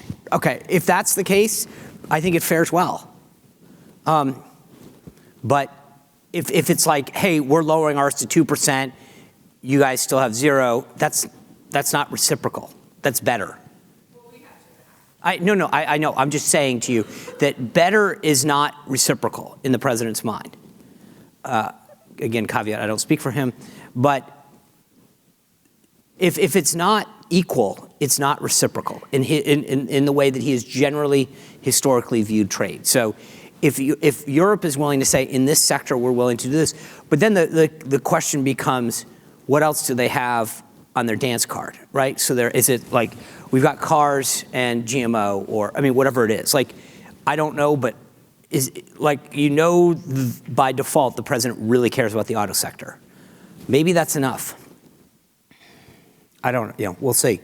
I'm sure he'll say something. It's, Stephen Miller's comments this week, the president's like, so we're at Tuesday, Jesus. It feels and it's just past noon. Yeah, it feels like a Thursday. Maybe it was a Super Bowl. So I would assume by the end of the week, you have a much clearer answer to that question. Yeah. Yes, hello. Thank you for your insight. My name is Desi Jordanov, and I represent the Small Business Administration. What do you think the impact of all these tariffs would be on small and medium-sized enterprises? And especially, is there any process? We know there is a formal process, but was there any process given the opportunity to all these small businesses to say how these potentially tariffs would impact them? And it might be a negative impact for them to lose jobs or even their businesses. Thank you. Yeah, I think it's a great question. I think it's just going to depend on time and industry. So if you start seeing a group or an area of the country start saying, we do X in this, like Dalton, Georgia says, hey, all carpets are now going to cost a lot more. Then I think that's, but we won't know the answer to that for a little while. I was in the middle of a house renovation in the last Trump administration, and we just started to get, especially on lumber, it was like, okay, well, we know we gave you that. Here's what it costs now. So I think it was funny, though, that didn't bubble up as much as you would have assumed. Maybe it's because we went into COVID, but we'll see is the answer. I just don't, you don't know until it happens. And I think it's going to be a little bit more sector specific than small businesses. I would just say, if I were queen of the world and could fix all of this, you could look at it and have a process, which, Trump administration started down the road of having a process looking at specific products and then giving them across the board, which then it prevents cronyism, right? Because, one might say that the steel exclusion process was more cronyism than the USTR, that one was in commerce, and the USTR was more general. If one person got it, everybody got it. So it wasn't targeted for individuals. That was a good process that was going forward, I felt, in trying to address some of these specific needs. Like, I need that widget because it's just not made anywhere else. And then I felt like the Biden administration kind of went where I thought things should go more in this process where you could get an exclusion from the tariffs if you were bringing in machinery that was going to be used to manufacture that product here in the U.S. But then they defined what the machines were, and it's like, why are you defining them? You need to let the companies define it. And then they said, well, it's only going to be effective for this certain period of time. And I was like, but like my client, who was one of the first adopters and said, I'm going to do the right thing, exported his products in 2022, but yet he couldn't apply for that same exclusion in 2024? I will tell you that, at least in the conversations that I've had, I don't think that President Trump is very high on exceptions this go round. No. It's a very, I think he might have even said it publicly, but he's just not, he saw how that was abused and how everybody kind of could make everything an exception. There are some specific cases that you guys have seen already, but generally speaking, it's a lot harder. Like, I think he saw how everybody started to say, oh, we're national security too. It's going to be a much harder sell. But that doesn't mean don't make the case. It just means that, that they're aware of, the back door being opened. Well, he did say on the tariffs for steel and aluminum, no exclusions. No exceptions, right. No exceptions. Well, I will say that both of you are exceptional, and very grateful to you for coming, making the time, Sean, to be here. I know you're very in demand these days, and really appreciate you making the time for WIDA. Thank you all. We promised to get you out a little bit earlier today. The good news is it doesn't look like the flakes are coming down, although I looked at the weather report and it looks like it's coming close. So we're going to get you all out of here. I know there were a couple questions that folks wanted to ask, and sorry if we didn't get to all of those. I want to remind folks we have a USMCA series event that we're holding online on February 21st.